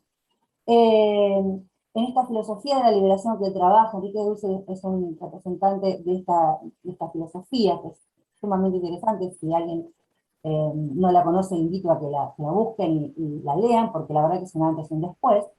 Él explica que el ego cogito se funda ontológicamente en el yo conquisto y en el ego fálico, dos dimensiones sumamente importantes que constituyen al ser latinoamericano, o de nuestra América, como diría Martí, ¿no? La mujer, entonces, popular, indígena, se va gestando en esta nueva, digamos, en esta esfera, recibe una doble violación, violada por ser una cultura y nación oprimida por ser miembro de una clase dominada, por ser mujer de exceso violentado, mujer pobre de los pobres del mundo, mujer indígena, africana, asiática, latinoamericana. O sea, todos, digamos, entramos dentro de esa matriz. Estamos de alguna manera excluidas de la matriz eurocéntrica colonial. Esas mismas lógicas de organización social fueron implementadas en nuestra América, promoviendo una división sexual del trabajo de las culturas originarias. Las mujeres traían consigo la opresión. Si bien tenían otro lugar las mujeres europeas, pero igual ya venían subsumidas en esa, digamos, en esa constitución que tuvieron a partir de todo lo que les conté, ¿no? La caza de brujas, digamos, el avillamiento, o sea, todo lo que pasó en Europa en ese tiempo. Las mujeres europeas y su lugar de privilegio, mujeres en nuestra América subalternizadas, ¿no? Se instaura, como dice Rita Segato, la pedagogía de la crueldad, una crueldad que se reproduce de generación en generación, mujeres, hombres, y diversidad sexual, porque el patriarcado no incluye a varones y mujeres, sino a todos, ¿no? La violencia ejercida sobre la infancia, como dice Bell Hooks, ¿no? Y la interseccionalidad que hay. No es lo mismo ser afro, ser latinoamericana, ¿no? Ser mujer, ser pobre. O sea, todas esas interseccionalidades no da lo mismo. Entonces, tenemos otras miradas, por ejemplo, Aníbal Quijano o Aventura de Sousa Santos, Walter Mignolo, todos ellos que son pensadores de la matriz decolonial. Los menciono porque no todos los conocen y me gustaría que a partir de aquí despierte digamos, alguna curiosidad por conocerles, ¿no? Porque nos cuentan cómo esa colonialidad se instaura, cómo, por ejemplo, Aventuras nos dice que colonialismo y capitalismo y patriarcado van juntos, y que de alguna manera no se puede separar, y que si se deconstruye hay que deconstruirla en su conjunto. Para cerrar, ¿por qué abordar la ESI desde una perspectiva decolonial? Nos permite develar la trama que significó y todavía representa el legado colonial, ¿sí? Nos concede la posibilidad de escuchar las voces de las y les intelectuales que quedaron subalternizados, como las que mencioné, Bell Hooks, que es una afrodescendiente en Estados Unidos muy importante.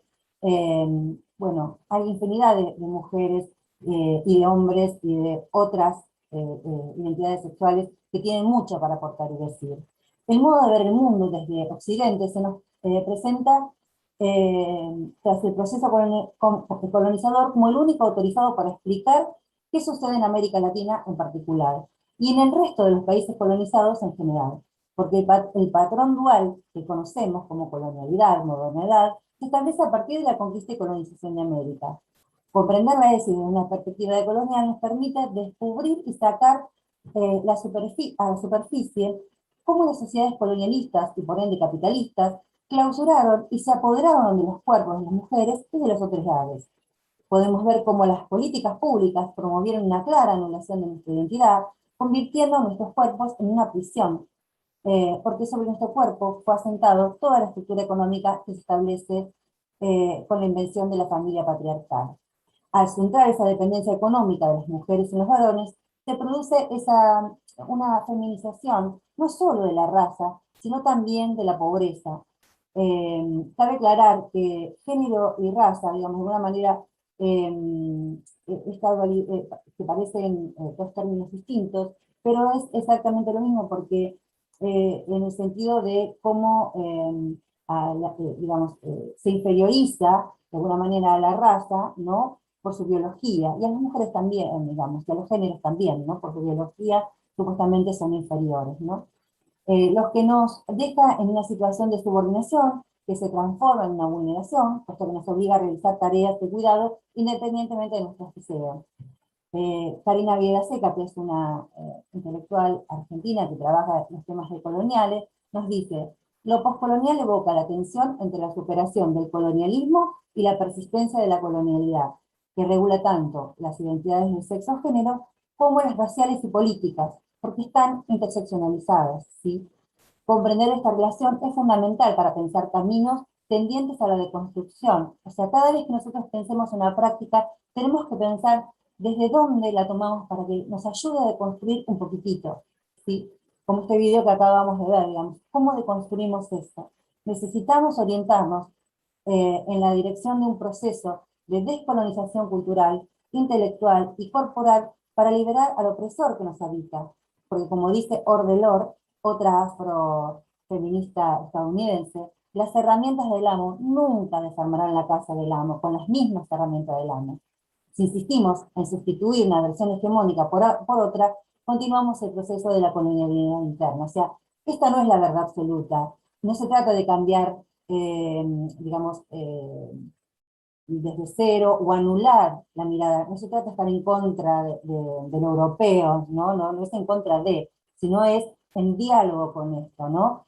Y pensarnos desde nosotros, porque, digamos, nosotros en nuestra América tenemos suficientes filósofos, sociólogos, ¿no? Importantes voces que nos permitirían de construirnos de otra forma, conocernos a nosotros mismos como latinoamericanos, ¿no? Así que bueno, un poco pensar la ESI desde lo decolonial invita a pensar, a pensarnos de dónde venimos y cuál fue toda me iba a salir crisol de razas, ¿no? Esa frase sarmientina metida ahí, que nada más alejado ¿no? Esos términos que han quedado anclados en nosotros como si fuera así. No hay diversidad, es lo que constituye a la identidad humana, ¿no? La diversidad, y aceptarla como tal es, ¿no? Pero, digamos, de alguna manera ese influjo que recibimos a partir de la conquista y que se desparrama de alguna manera al resto de las colonias, porque después las demás conquistas fueron similares, ¿no? En cuanto a la construcción hegemónica del pensamiento, al imaginario me refiero, ¿no? Está latente en cualquier lado del mundo, ¿no? Así que bueno, este es mi pequeño aporte, es mucho lo que hay ahí, pero bueno, espero haber sido clara en tan poco tiempo. Es mucho, no es poco. Gracias. Y perdona la interrupción de la computadora. Muchas gracias, Claudia. Recuperando las preguntas que nos hacen en el chat, dicen: ¿qué lugar tiene la problematización en el proceso de desconstrucción?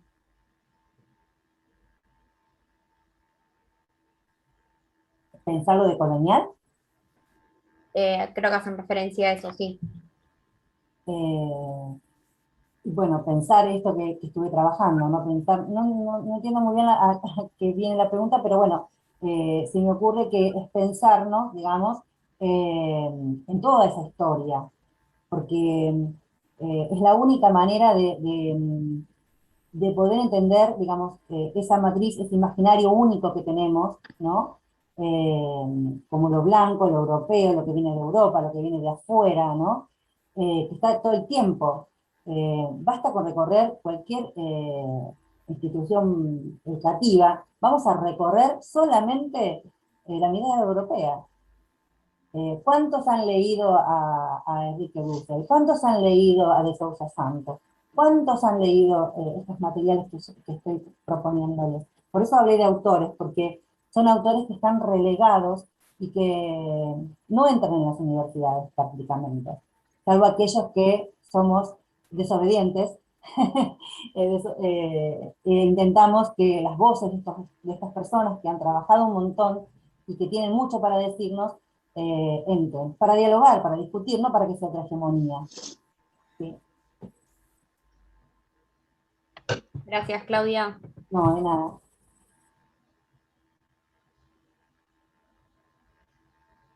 Bueno, continuamos dándole la palabra a la profe Paula. Bueno, buenas tardes. Mi idea es continuar un poco proponiendo pensar la idea de la feminización del trabajo docente, ¿no? En consonancia con lo que venían diciendo las compañeras, porque en la docencia en general, y sobre todo en los niveles inferiores del sistema educativo, en el nivel inicial y en el nivel primario, que son los niveles en los que empezamos los recorridos educativos, habemos tantas mujeres trabajando, ¿no? Y pensando en lo que decía Claudia, por supuesto, recién, esta situación de la división del trabajo de las mujeres, ¿no? De la división social del trabajo y el rol que se nos asigna a las mujeres particularmente, a las mujeres se nos va a asignar, se nos va a permitir en algún momento de la historia salir de nuestras casas a trabajar con niños, niñas, niñes, ¿sí? Fue pensado,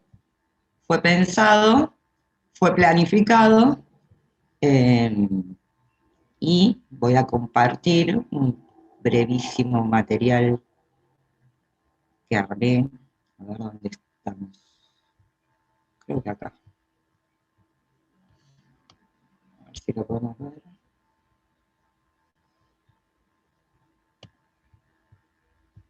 Ahí se ve, ¿verdad? Para empezar, les quería mostrar un documento de principios del siglo XX, que es el contrato de maestras del año 1923, que era un contrato que se establecía cuando las mujeres tomaban sus cargos, y se refería a las cuestiones a las que estaban obligadas al momento de desempeñarse en las escuelas, ¿sí? Leo así en general, brevemente.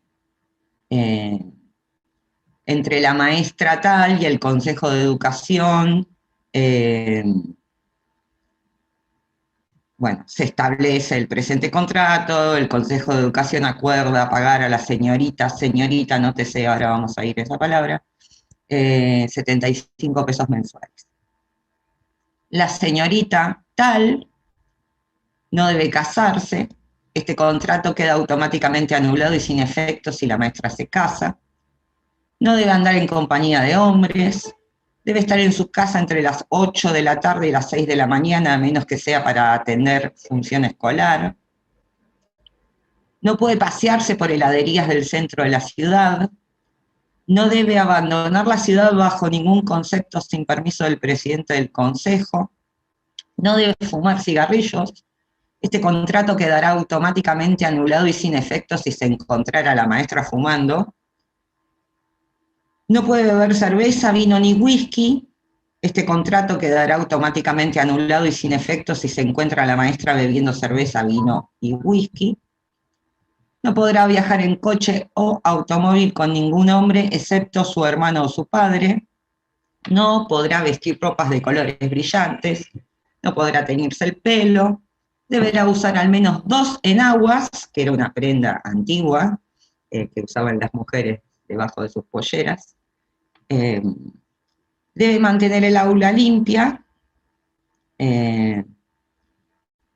barrer el suelo al menos una vez al día, fregar el suelo del aula al menos una vez por semana con agua caliente, limpiar la pizarra al menos una vez al día, y debe encender el fuego a las 7, de modo que la habitación esté caliente a las 8 cuando los niños lleguen. Por último, no usar polvos faciales, no maquillarse, no pintarse los labios. Bueno, esos eran los requisitos básicos, lo esperable de una maestra para que pudiera trabajar como maestra. Y recién decía, nótese la palabra señorita. ¿Por qué señorita? Y no se refieren a mujer o señora o alguna otra definición. Porque justamente la palabra señorita remitía al estado de soltería de las mujeres, ¿sí? Una mujer soltera era una señorita. Una mujer casada era una señora. Y si era casada, no podía ejercer el magisterio, como era en ese momento. Fue pensado, decía al principio, ¿y por qué fue pensado? Fue pensado por las supuestas características que tenemos las mujeres y nuestra disposición biológica a la maternidad, porque los hijos los tenemos solas, ¿no? En la historia de los hombres, las mujeres tenemos los hijos solas, y como nacen de nuestro útero, somos las responsables principales de la crianza de los niños y niñas. También se pretendía, o sea, no podía ser cualquier mujer, ¿no? Todos conocemos quizás en general la historia de Sarmiento convocando a las maestras norteamericanas para que formen a los futuros docentes de nuestro país, ¿sí? Esas maestras, esas mujeres, eran las que iban a instruir, las primeras que formaron a los docentes, a las docentes de nuestro país. Por supuesto que la convocatoria al trabajo docente, pensando ya la docencia como parte de una formación más profesional, ¿sí? Con título habilitante. Hasta antes de esto, o sea, quienes enseñaban no tenían necesidad de tener un título habilitante, podía enseñar cualquier persona alfabetizada. Y en este afán, donde Sarmiento es uno de los precursores de la formación de los docentes y de la educación en nuestro país, y es el que pone toda su energía en la conformación del sistema educativo como parte del proyecto civilizador del Estado oligárquico liberal del siglo XIX, hay que formar sujetos disciplinados, ¿no? Para poder formar sujetos disciplinados, tenemos que tener personas que sean el ejemplo, y sobre todo el ejemplo moral. Lo que más se destaca en todo esto no es cuánto va a saber un docente, cuánto contenido académico deberá poseer. De hecho, lo que se planteaba era, no era tan importante la instrucción como la educación, y las mujeres éramos mejores para educar que para instruir, ¿sí? Decía que por supuesto se convocaba también a los hombres, pero se sabía que los hombres no eran los que se quedaban trabajando en el sistema educativo, sino que tomaban el trabajo docente como escalón hacia luego otras profesiones, otros trabajos que les permitieran ganar más. Y aquí rescato de un texto de Andrea Aliot el tema de qué modelo de mujer debían seguir esas maestras en el siglo XIX y principios del siglo XX, hasta bien entrado el siglo XX. Bueno, justamente eran, el modelo de mujer no era cualquier mujer, era el modelo de las mujeres de la sociedad de beneficencia, las mujeres de clase alta, ¿sí? O sea, porque si decimos, hay que tener un modelo de mujer, ¿qué mujer? Y como decía Claudia recién, todo lo europeo, todo lo blanco, era el modelo a seguir.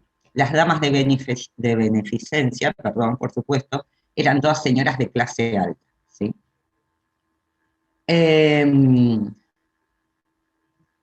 La mujer se entendía en ese momento, era apta naturalmente y espontáneamente para el cuidado de los niños. Y además, las mujeres, y sigue siendo hasta hoy, somos portadoras de un amor extraordinario hacia la niñez. Por lo tanto, ese era un requisito más que suficiente para poder educar. Y hay una cuestión interesante que destaca esta autora, que el trabajo está muy bueno porque va recopilando de los escritos de la época, dice, por educar más, por ser más sensibles y más baratas, la enseñanza normal nació destinada a las mujeres, más baratas. Ese es el punto, ¿no? Digo, toda esta cuestión romántica que tenemos las mujeres tiene que se nos atribuyó a las mujeres, tiene un trasfondo económico. Si pensamos que en el siglo XIX las mujeres no podían trabajar porque estaban educadas y criadas para ser esposas, madres y amas de casa, dentro del sistema económico las mujeres no estaban contempladas, ¿sí? Pero bueno, cuando el Estado por lo menos en nuestro país, piensa en formar el sistema educativo, echa mano del recurso más barato, que somos las mujeres, ¿sí? A todo esto, por supuesto, que esta situación no queda blanqueada, y se va a adornar, ¿no? Toda esta idea del ser maestra. Porque las maestras, yo fui maestra de grado de educación primaria muchos años, somos las segundas madres. De hecho, los chicos creen que las maestras dormimos en la escuela, ¿no? Que no tenemos casa, no sé, que no tenemos familia, que somos como nos ven todos los días en el mismo lugar, somos alguien que dormimos en el aula cuando ellos no están. Pero además hay un reclamo de amor incondicional de los docentes hacia los niños, ¿no? Niños, niñas, niñes. Por lo tanto, es mal visto que los docentes, las docentes, reclamemos por nuestros derechos económicos y laborales, ¿sí? Todo esto tiene una historia, tiene esa historia y tiene toda esa carga, que además tiene una gran carga emotiva. Por supuesto que quienes optamos por la enseñanza y quienes optamos por trabajar con niñes y quienes optamos después, como en mi caso, por la formación docente, nos gusta muchísimo la enseñanza, nos gusta muchísimo el aula, nos gusta el contacto con las personas, creemos en el contacto con las personas, creemos en un montón de cosas que se nos plantean desde los proyectos políticos pedagógicos, pero bueno, no se puede vivir del amor, ¿no? Decía una canción, un poco vieja seguramente para el público presente. Pero bueno, estas son dos imágenes que elegí para no recargar tanto, de cómo eran, bueno, ahí en el fondo hay una maestra, que si lo pensamos y si relacionamos el carácter que tiene la educación de continuar con esa cuestión religiosa, la maestra era como una especie de monja, ¿sí? Por eso su vestimenta tenía que tener determinadas características. Si nosotros hoy vemos a las monjas de la Iglesia Católica, vemos que no se les puede ver ninguna parte de su cuerpo y que a las que les han permitido levantar su falda, siguen manteniendo una falda larga que es por debajo de las rodillas y su cabeza está cubierta, ¿no? Ahí hay otra imagen. Bueno, también. O sea, una mujer asexuada, ¿no? La docente tenía que ser una mujer asexuada. Lo que traigo a colación para pensar un poco más cuál es nuestro rol, el rol de las mujeres como trabajadoras de la educación, costó muchísimo que hablemos de trabajadores y trabajadoras de la educación. Todavía sigue costando, ¿no? Porque está la cuestión del mito, del amor. traigo a colación unos datos de una encuesta que hizo CETERA, que es la Central de Trabajadores de la Educación de la República Argentina, que la hizo el año pasado, la hizo de manera virtual, por supuesto, a raíz de la pandemia y del trabajo que los y las docentes tuvimos que llevar a cabo desde nuestros hogares, donde pusimos, bueno, todos sabemos, pusimos a disposición nuestros recursos y modificó nuestra vida cotidiana también, ¿no? Y es interesante, tomé solo algunos aspectos de la encuesta. Dice, caracterización general de los y las docentes encuestados y encuestadas, no hay encuestades, el género. El 16% son varones y el 84% somos mujeres. Y dentro de ese porcentaje, el mayor porcentaje de docentes, trabajadores y trabajadoras, están entre los 36 y los 50 años. ¿Sí? La encuesta se hizo en todo el país. El 39% de las trabajadoras y trabajadores de la educación indicó que su ingreso constituye el único ingreso de su hogar. Entre quienes trabajan más de 35 horas semanales, a las que se suman las horas de trabajo docente en el hogar en situación de clases presenciales, la proporción de único o principal ingreso del hogar asciende al 82%. El 51% de quienes son el único o principal ingreso de su hogar tienen niñas, niños o adolescentes a cargo. En las provincias de Tucumán, Salta y Jujuy y en el NOA y Formosa, la proporción de docentes que indicó que su ingreso es el único o principal ingreso del hogar es mayor que a nivel nacional. La mitad de los docentes encuestados trabaja en más de una escuela. En el caso del nivel primario es el nivel en el que más asciende este porcentaje. El 41% está trabajando con 3 cursos o más. La mayoría de los maestros, maestras de educación primaria tienen 2 cargos. Muchos docentes, un alto porcentaje de docentes llega a tener hasta 3 cargos. Y quienes tienen mucha sobrecarga laboral también son los profesores de educación secundaria, ni hablar de nosotros, los de superior, que en eso también nos asemejamos. Dice, en el nivel secundario, el porcentaje de quienes trabajan en 3 escuelas o más asciende al 41%, y el de quienes trabajan en una única escuela se reduce al 28%.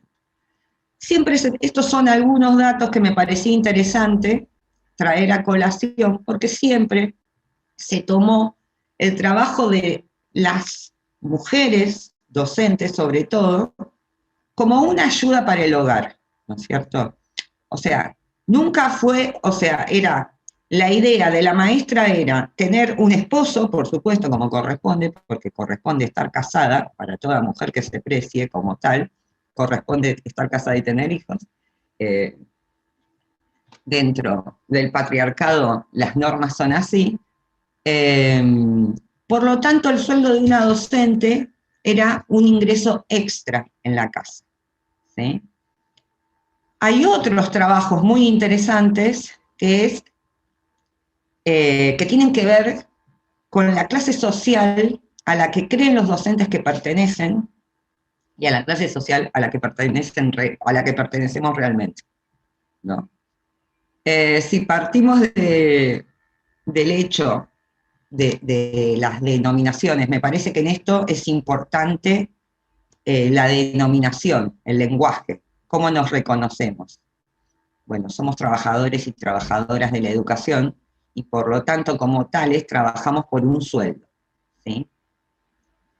Y en esto que planteaban las compañeras, recién Eliana y Claudia, en el rol de las mujeres dentro del patriarcado, hay muchísimas mujeres que son sostén de hogar, y que incluso hay muchas mujeres cuyo ingreso es superior al de sus parejas, al de sus convivientes. Un ejemplo de eso fue la crisis del 2001, donde muchísimos hombres se quedaron sin sus trabajos formales, porque el neoliberalismo arrasó con todo, y expulsó a muchos hombres, principalmente de sus fábricas, de sus lugares de trabajo, y fueron las mujeres docentes fue el periodo donde más se incrementó el acceso al doble cargo, en el año 2001, ¿no? Y a partir de eso, bueno, continuó.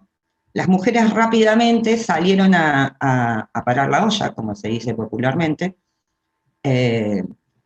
porque era el trabajo, era el lugar donde quizás se podía acceder de alguna manera un poco más rápidamente a obtener otro trabajo, ¿sí? Mientras el Estado se reducía y expulsaba a quienes consideraba que económicamente ya no eran más útiles, ¿sí? Me parecía interesante, no quiero extenderme más porque me parece que ya estaría en el tiempo, no lo conté, pero me parecía interesante traer a colación este tema, ¿no? Porque no es casual que en esta profesión seamos tantísimas mujeres y se nos exijan tantísimas cuestiones sin tener en cuenta nuestra formación profesional y que además, por supuesto que trabajamos con niños, e insisto, nuestra finalidad es la enseñanza y nuestro derecho es garantizar los derechos de niños, niñas y adolescentes, pero que es a cambio de un sueldo, de un salario, y que es muy interesante la cuestión de la vocación, no sé si existe la vocación como tal, ¿no? Está en duda, está en cuestión esa palabra porque tiene que ver con lo divino, ¿no? O sea, con esa cuestión religiosa de que nací para ser docente. Bueno, no, probablemente no nacimos para ser docentes. Yo no quería ser maestra. Siempre digo, mi mamá me obligó. Mi mamá me insistió, mejor dicho, terminó siendo un trabajo que me gustó, pero desde ya que es un trabajo con el que intento vivir, subsistir, y si es posible, hacer algunas otras cosas que no estén dentro de lo planificado mensualmente. Eso simplemente. Muchas gracias. Bueno, muchas gracias, Paula. Para terminar con este conversatorio, le damos la palabra al profesor Pablo Díaz. Bueno, gracias, Chiara. Bueno, vamos, la verdad que lo que han expuesto mis compañeras es brillante, así que voy a oficiar un poco como de cierre para no ser redundante con algunos temas que aparte estuvieron expuestos de maravilla. Y bueno, en este cierre vamos a ir tocando un poquito, a ver, un poco vamos a trabajar sobre el cuerpo, ¿no? Así que les voy a compartir pantalla. Y ahí está, y esperen que tengo que poner acá, presentar. Bueno, ahí está todo bien, ¿no? Entonces, vamos a hablar un poco de esto, ¿no? Cuerpo, ¿no? Desacato es un poco esto que venía, como arrancó Yaya, ¿no? Desobedecer, ¿no? Desobedecer la autoridad, ¿no? Y hablamos de una autoridad moral. Hablamos de una autoridad moral culturalmente constituida. Un poco también retomo con lo que venían diciendo Claudia o Paula, ¿no? Y territorio en disputa lo tomo de esta idea del encuentro que se hizo el cuerpo como territorio en disputa en el año 2018. Así que bueno, vamos a seguir ahí un poquito. Y entonces acá nos vemos, esperen que vemos acá, ¿no? ¿Por qué el cuerpo? Y acá sí invierto ya, digo, territorio, porque el cuerpo es el lugar donde nosotros venimos al mundo, es donde nosotros habitamos, es nuestro espacio, no tenemos otro espacio que habitar nosotros que no sea nuestro cuerpo. No es elegido, no podemos elegir en qué cuerpo, cuál es el envase para todo lo que somos, ¿no? Y entonces acá tomo esta frase de Torrás que dice: el cuerpo se lee, por lo tanto necesita de un lenguaje para interpretar y ser interpretado. En este sentido, el cuerpo como existencia performativa dentro de los marcos culturales, esto es códigos y lenguajes no culturales, que lo hacen visible, más que ser o tener un cuerpo, es aquello que nos convertimos en cuerpo. Fíjense esta parte final, ¿no? Más que ser o tener un cuerpo es aquello que nos convertimos en un cuerpo. Es decir, que aquello que nosotros vemos como cuerpo está constituido cultural y socialmente, ¿no? Interactúa en nuestra sociedad, interactúa con los otros. Entonces, empecemos a pensar esto. Ya el cuerpo es el lugar donde nosotros habitamos, es el lugar que nosotros vamos convirtiendo en cuerpo. Si nosotros pensamos ya desde las infancias, vamos a poder observar, digo, nuestro cuerpo va adquiriendo gestos, va adquiriendo formas de comunicarse, va adquiriendo formas de vincularse con los otros, otras y otros. Bien, sigamos un poquito.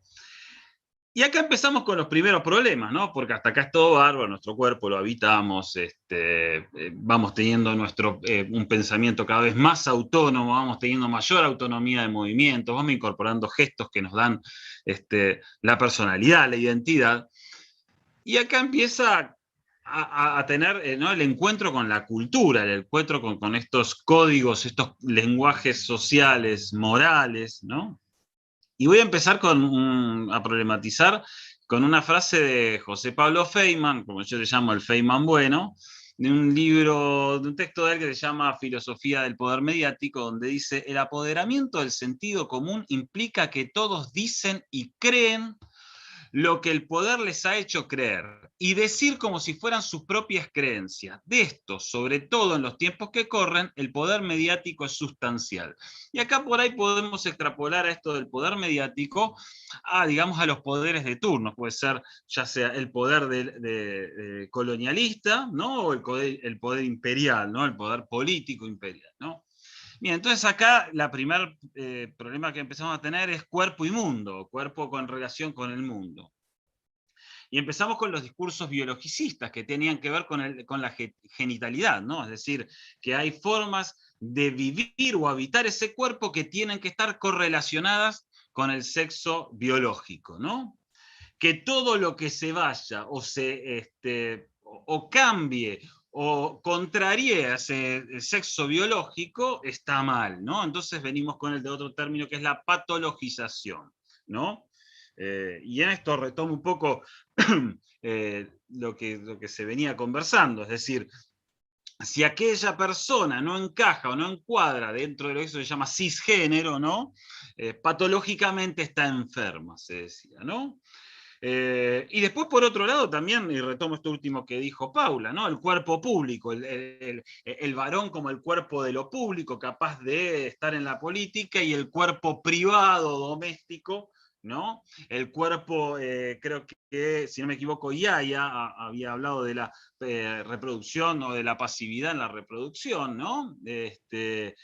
Siempre como a lo doméstico, ¿no? Esto que estábamos hablando también del rol docente.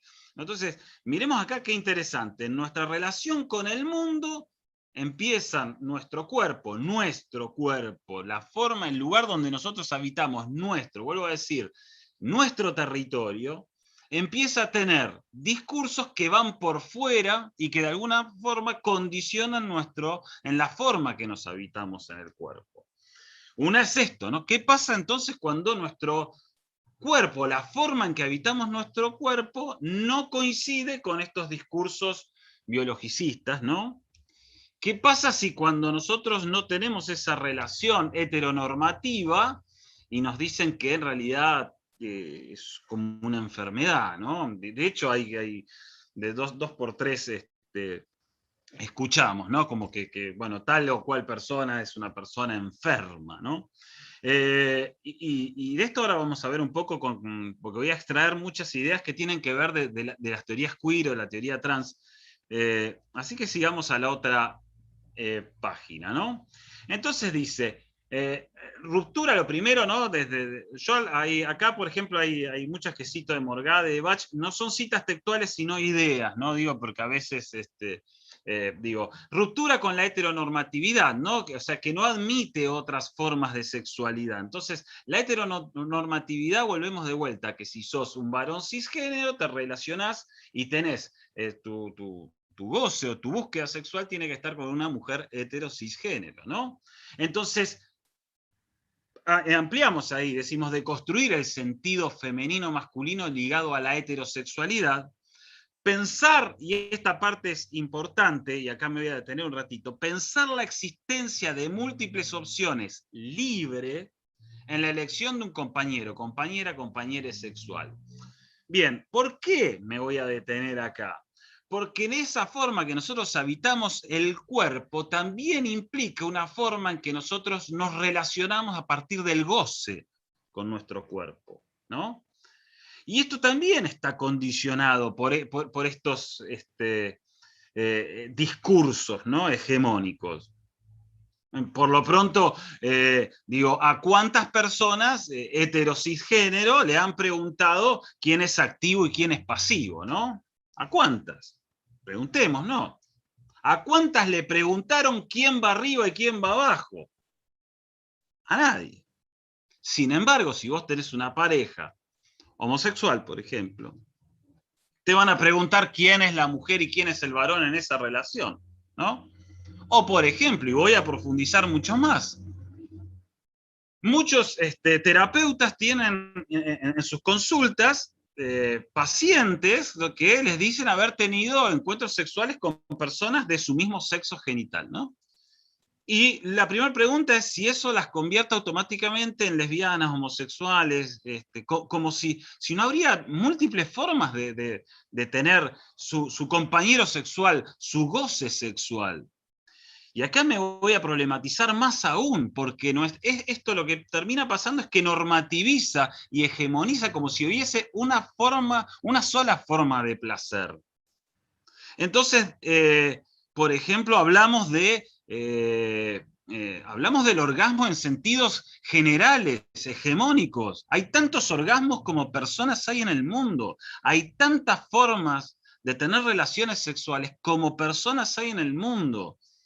Hay tanta gente que da buenos besos como personas hay en el mundo. Lo que es lindo para una persona, para la otra puede ser todo lo contrario, porque la diversidad es lo que nos constituye. Por eso es desacatar la norma, la heteronorma, porque encima seguimos atravesados todavía por la heteronormatividad, ¿no? Entonces, me interesa esto de Wick, que cita Morgade, dice, la sexualidad integra una de las dimensiones de la subjetividad que más cuesta a los sujetos sociales conquistar para conocer y disfrutar sin culpa. Es decir, si una persona hetero, cisgénero, tiene dentro de su deseo sexual tener un encuentro con una persona que no enmarque dentro de la heteronormatividad o la heterocis, si queremos decir, sexualidad, tiene que sentirse libre de poder hacer. En primer lugar, por lo que digo yo siempre, vida es una sola y el deseo, si lo sentimos, es genuino. Entonces, digo, y es una forma de relacionarnos. Vuelvo a decir, hay tantas formas de goce y de sexualidad como personas hay en el mundo. Nadie goza de la misma manera que otra. Es decir, el goce, el placer sexual, la relación sexual, no solo genital, sino afectiva, social, entonces es particular a cada uno.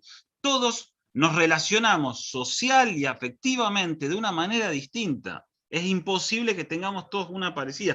Hay patrones que culturalmente podemos distinguir, claro que hay patrones que distinguen. Lo que sí es que no creo que sean iguales.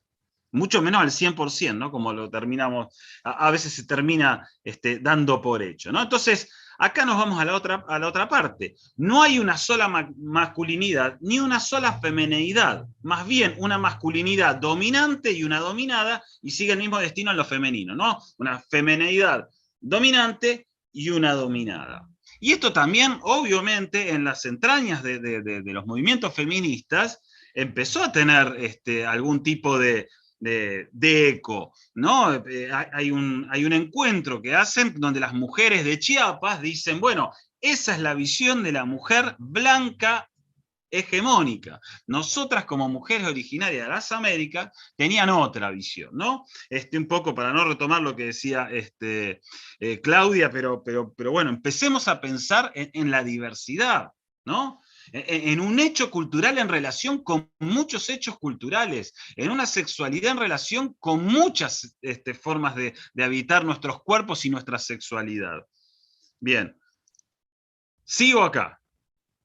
Bueno, entonces, acá también, desacatar la sanción normalizadora, ¿no? que intenta, que sanciona ese poder regulador de los cuerpos, que pena a quien haga emerger la diferencia. Es decir, cuando yo me pienso diferente, lo primero que se hace es la sanción, ¿no? Al distinto. Es decir, no marcarse dentro de la matriz heterosexual que representa la normalidad, ¿no? Y acá vuelvo a Morgade, ¿no? Donde dice: el sexismo establece una escala jerárquica que termina por sostener el argumento de quien es diferente es inferior. Esta diferenciación se transforma en una segregación discriminatoria. Poder sobre los cuerpos, ¿no? Es decir, si yo decido apartarme, incluso decido apartarme de lo que de alguna manera nuestras sociedades comienzan a digerir. Es decir, si yo encima no soy el heterosexual tradicional aceptado por nuestra sociedad, está mal. Pero si después empieza a aceptar la homosexualidad y no soy el estereotipo homosexual que plantea nuestra sociedad, también le molesta y sanciona. Si no tengo relaciones sexuales acorde a cómo se piensa en esta sociedad, también se sanciona. Digo, salió lo del poliamor, y bueno, ardieron los oídos de la gente. Digo, como si habría, como a quién le ocupa juzgar el goce sexual del otro, ¿no? O de la otra. Bien, entonces me parece como muy interesante empezarnos a situar acá, ¿no? En que tenemos tantas formas como habitantes hay en el mundo. Y acá les voy a proponer, ¿no? En este poder sobre los cuerpos, en esta idea de la diferencia, sacándolo ya desde el plano del goce sexual, sino en la constitución de los cuerpos y en cómo se sanciona esa diferencia, en un fragmento de Bajo mi piel morena. Es un film protagonizado por tres chicas trans. He discutido mucho sobre este film porque algunos me decían, ¿no? que los papeles actorales eran como medios, como no eran como muy profesionales, y yo decía, bueno, hay veces que es mucho más importante lo que se tiene que decir que la técnica actoral. Bien, así que les propongo ver, así vemos en una situación de igual, es decir, que alguien que toma un cargo en un acto público, cómo se representa con alguien que bajo la heteronorma es distinto. Mucho gusto. Inés La Fuente, la directora. Yo soy Claudia Ortiz. Sí, ya sé.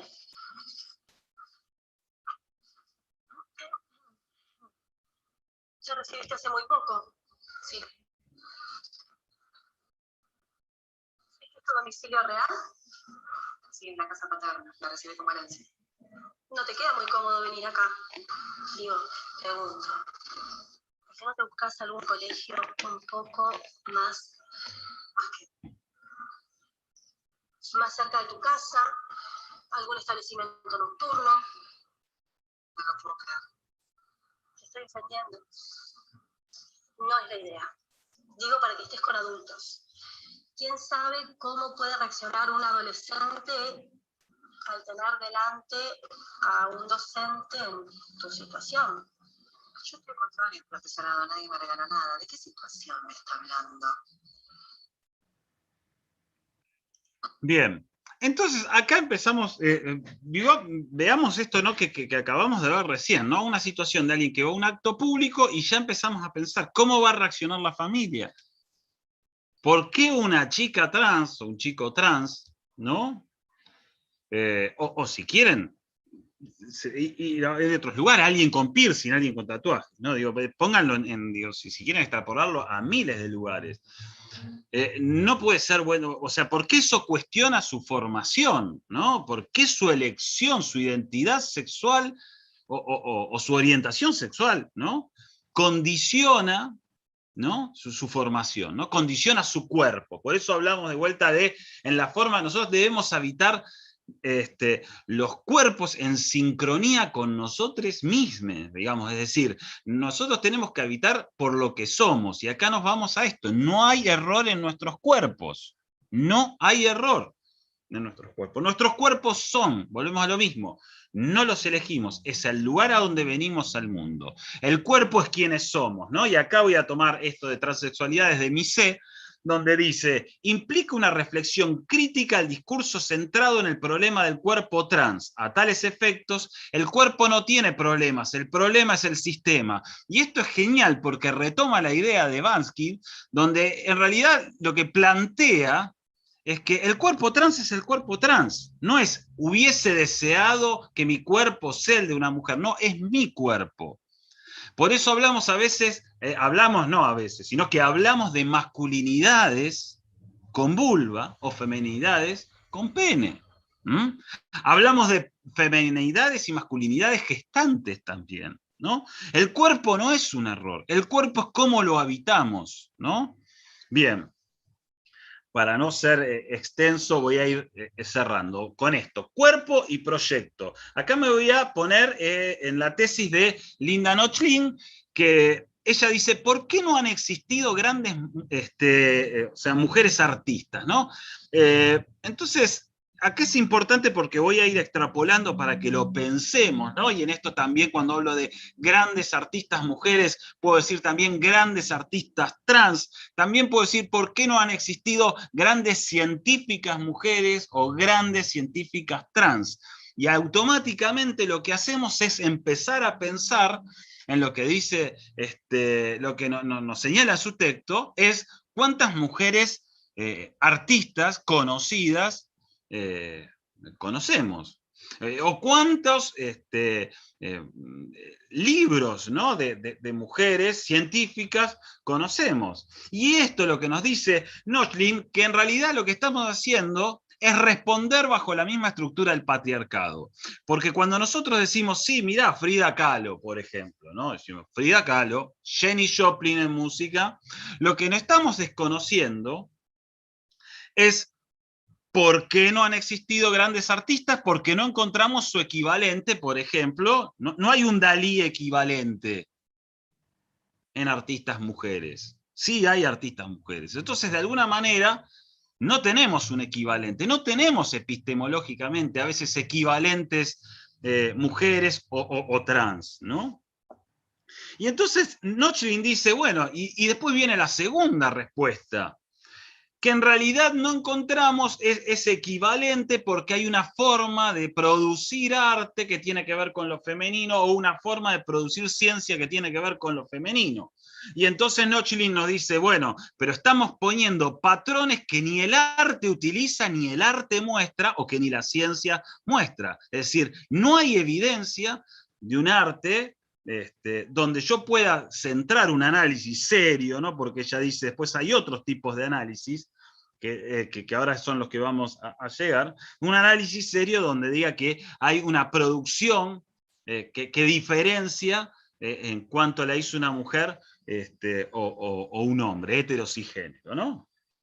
Entonces, dice, el principal problema está en quién y cómo se formula la pregunta. Entonces dice, de la misma manera que nos hacemos esta pregunta, debemos responder en que muchas mujeres, a lo mismo que la población afrodescendiente o las poblaciones africanas o las poblaciones de América Latina, no se consideran en posibilidad, ¿no? Por colonización de sus cuerpos, ¿no? Digo, en esto, en la matriz que nos imponen en nuestros cuerpos, no nos consideramos como posibilidad de ser grandes artistas o grandes científicos. Es decir, hubo un sistema que nos hizo que nuestros cuerpos se piensen no capaces.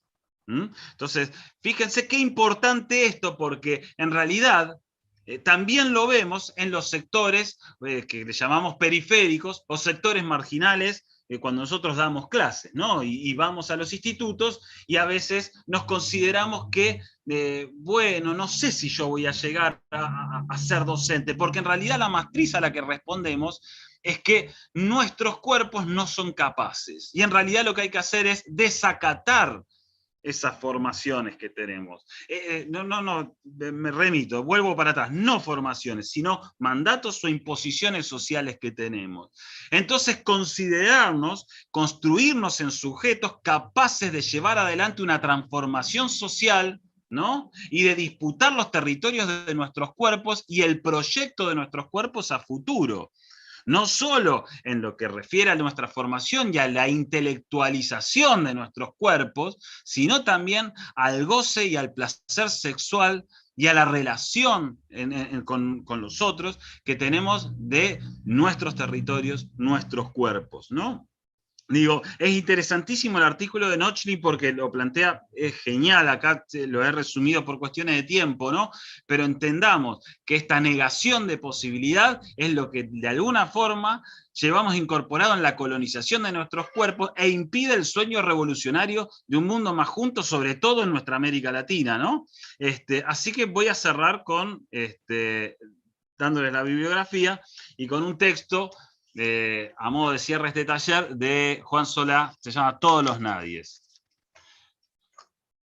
Dice así: nos deben las balas en los corazones enamorados, nos deben las señoritas que dejaban patear pelotas y los caballeros que dejan de vestir muñecas. Nos deben las trabas muertas poco antes de los 40, que se duermen para siempre agotadas de esta ruta que es plato de guiso, pero también tan peligrosa que ni los príncipes azules prometidos se atreven a transitar. Nos deben las tortas molidas a palos por negarle culto al certificado de macho que se esconde bajo el bulto. Nos deben las maricas que dejaron de bailar. Nos deben las marimachos casadas a la fuerza, castradas a la fuerza.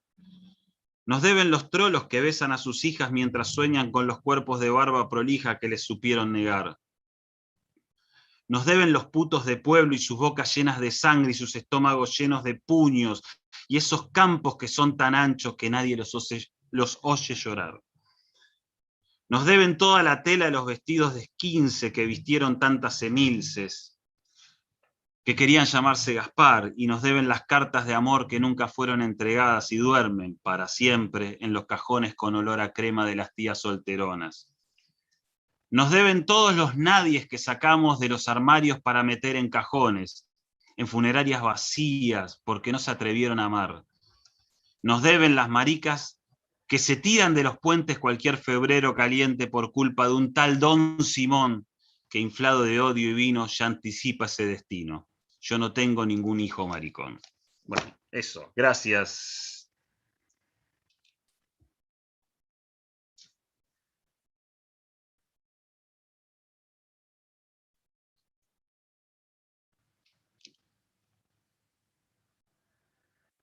Bueno, espero que lo hayan disfrutado. Muy bueno. Sí, excelente, me encantó. Kiara, ¿hay alguna pregunta? Bueno, muchas gracias, profes. Con respecto a las preguntas, hay muchos comentarios que les gustó la charla, que fue muy interesante. El cuerpo no es problema, el problema es el sistema, dicen los comentarios. Y bueno, y gracias a todos, a todas y a todos por participar. Espero que sea útil este conversatorio. Y bueno, cualquier duda la pueden dejar en el chat. Genial, genial, qué bueno. Bueno, agradecer a todas las personas que estuvieron, que estuvieron ahí comentando en el chat, los comentarios. Agradecer a mis compañeras también y a la institución también que generan estos espacios. A veces es difícil, parece fácil, pero no en muchas instituciones a veces se dan estos espacios o permiten esos espacios. A veces por ahí los espacios se reducen siempre a un elenco estable, donde no podemos llegar otros profes. O a personas renombradas, ¿no? Que Claro. después decimos, ¿para qué las querés escuchar si después en el aula no les das ni bolilla, ¿no? Entonces está bueno que sea un espacio de construcción. Bueno, agradezco a todos los que participaron y esperemos, bueno, continuar trabajando para transformar y deconstruir esta realidad. Les volvemos a invitar a que ingresen en las aulas que construimos para ser semillero de transformación. Y bueno, un abrazo y muchas gracias por la participación. Estuvo muy activo el chat, eso es muy bueno. No solo que preguntaban, porque no siempre es necesario preguntar, obviamente, pero comentarios, ¿no? Intercambios también entre los que estaban participando, eso está muy bueno también. Sí, sí. Sí, sí, sí. Muchísimas gracias por la invitación. Sí, muchas gracias. Al Bueno. Instituto 83, que no lo conocía, así que muchas gracias.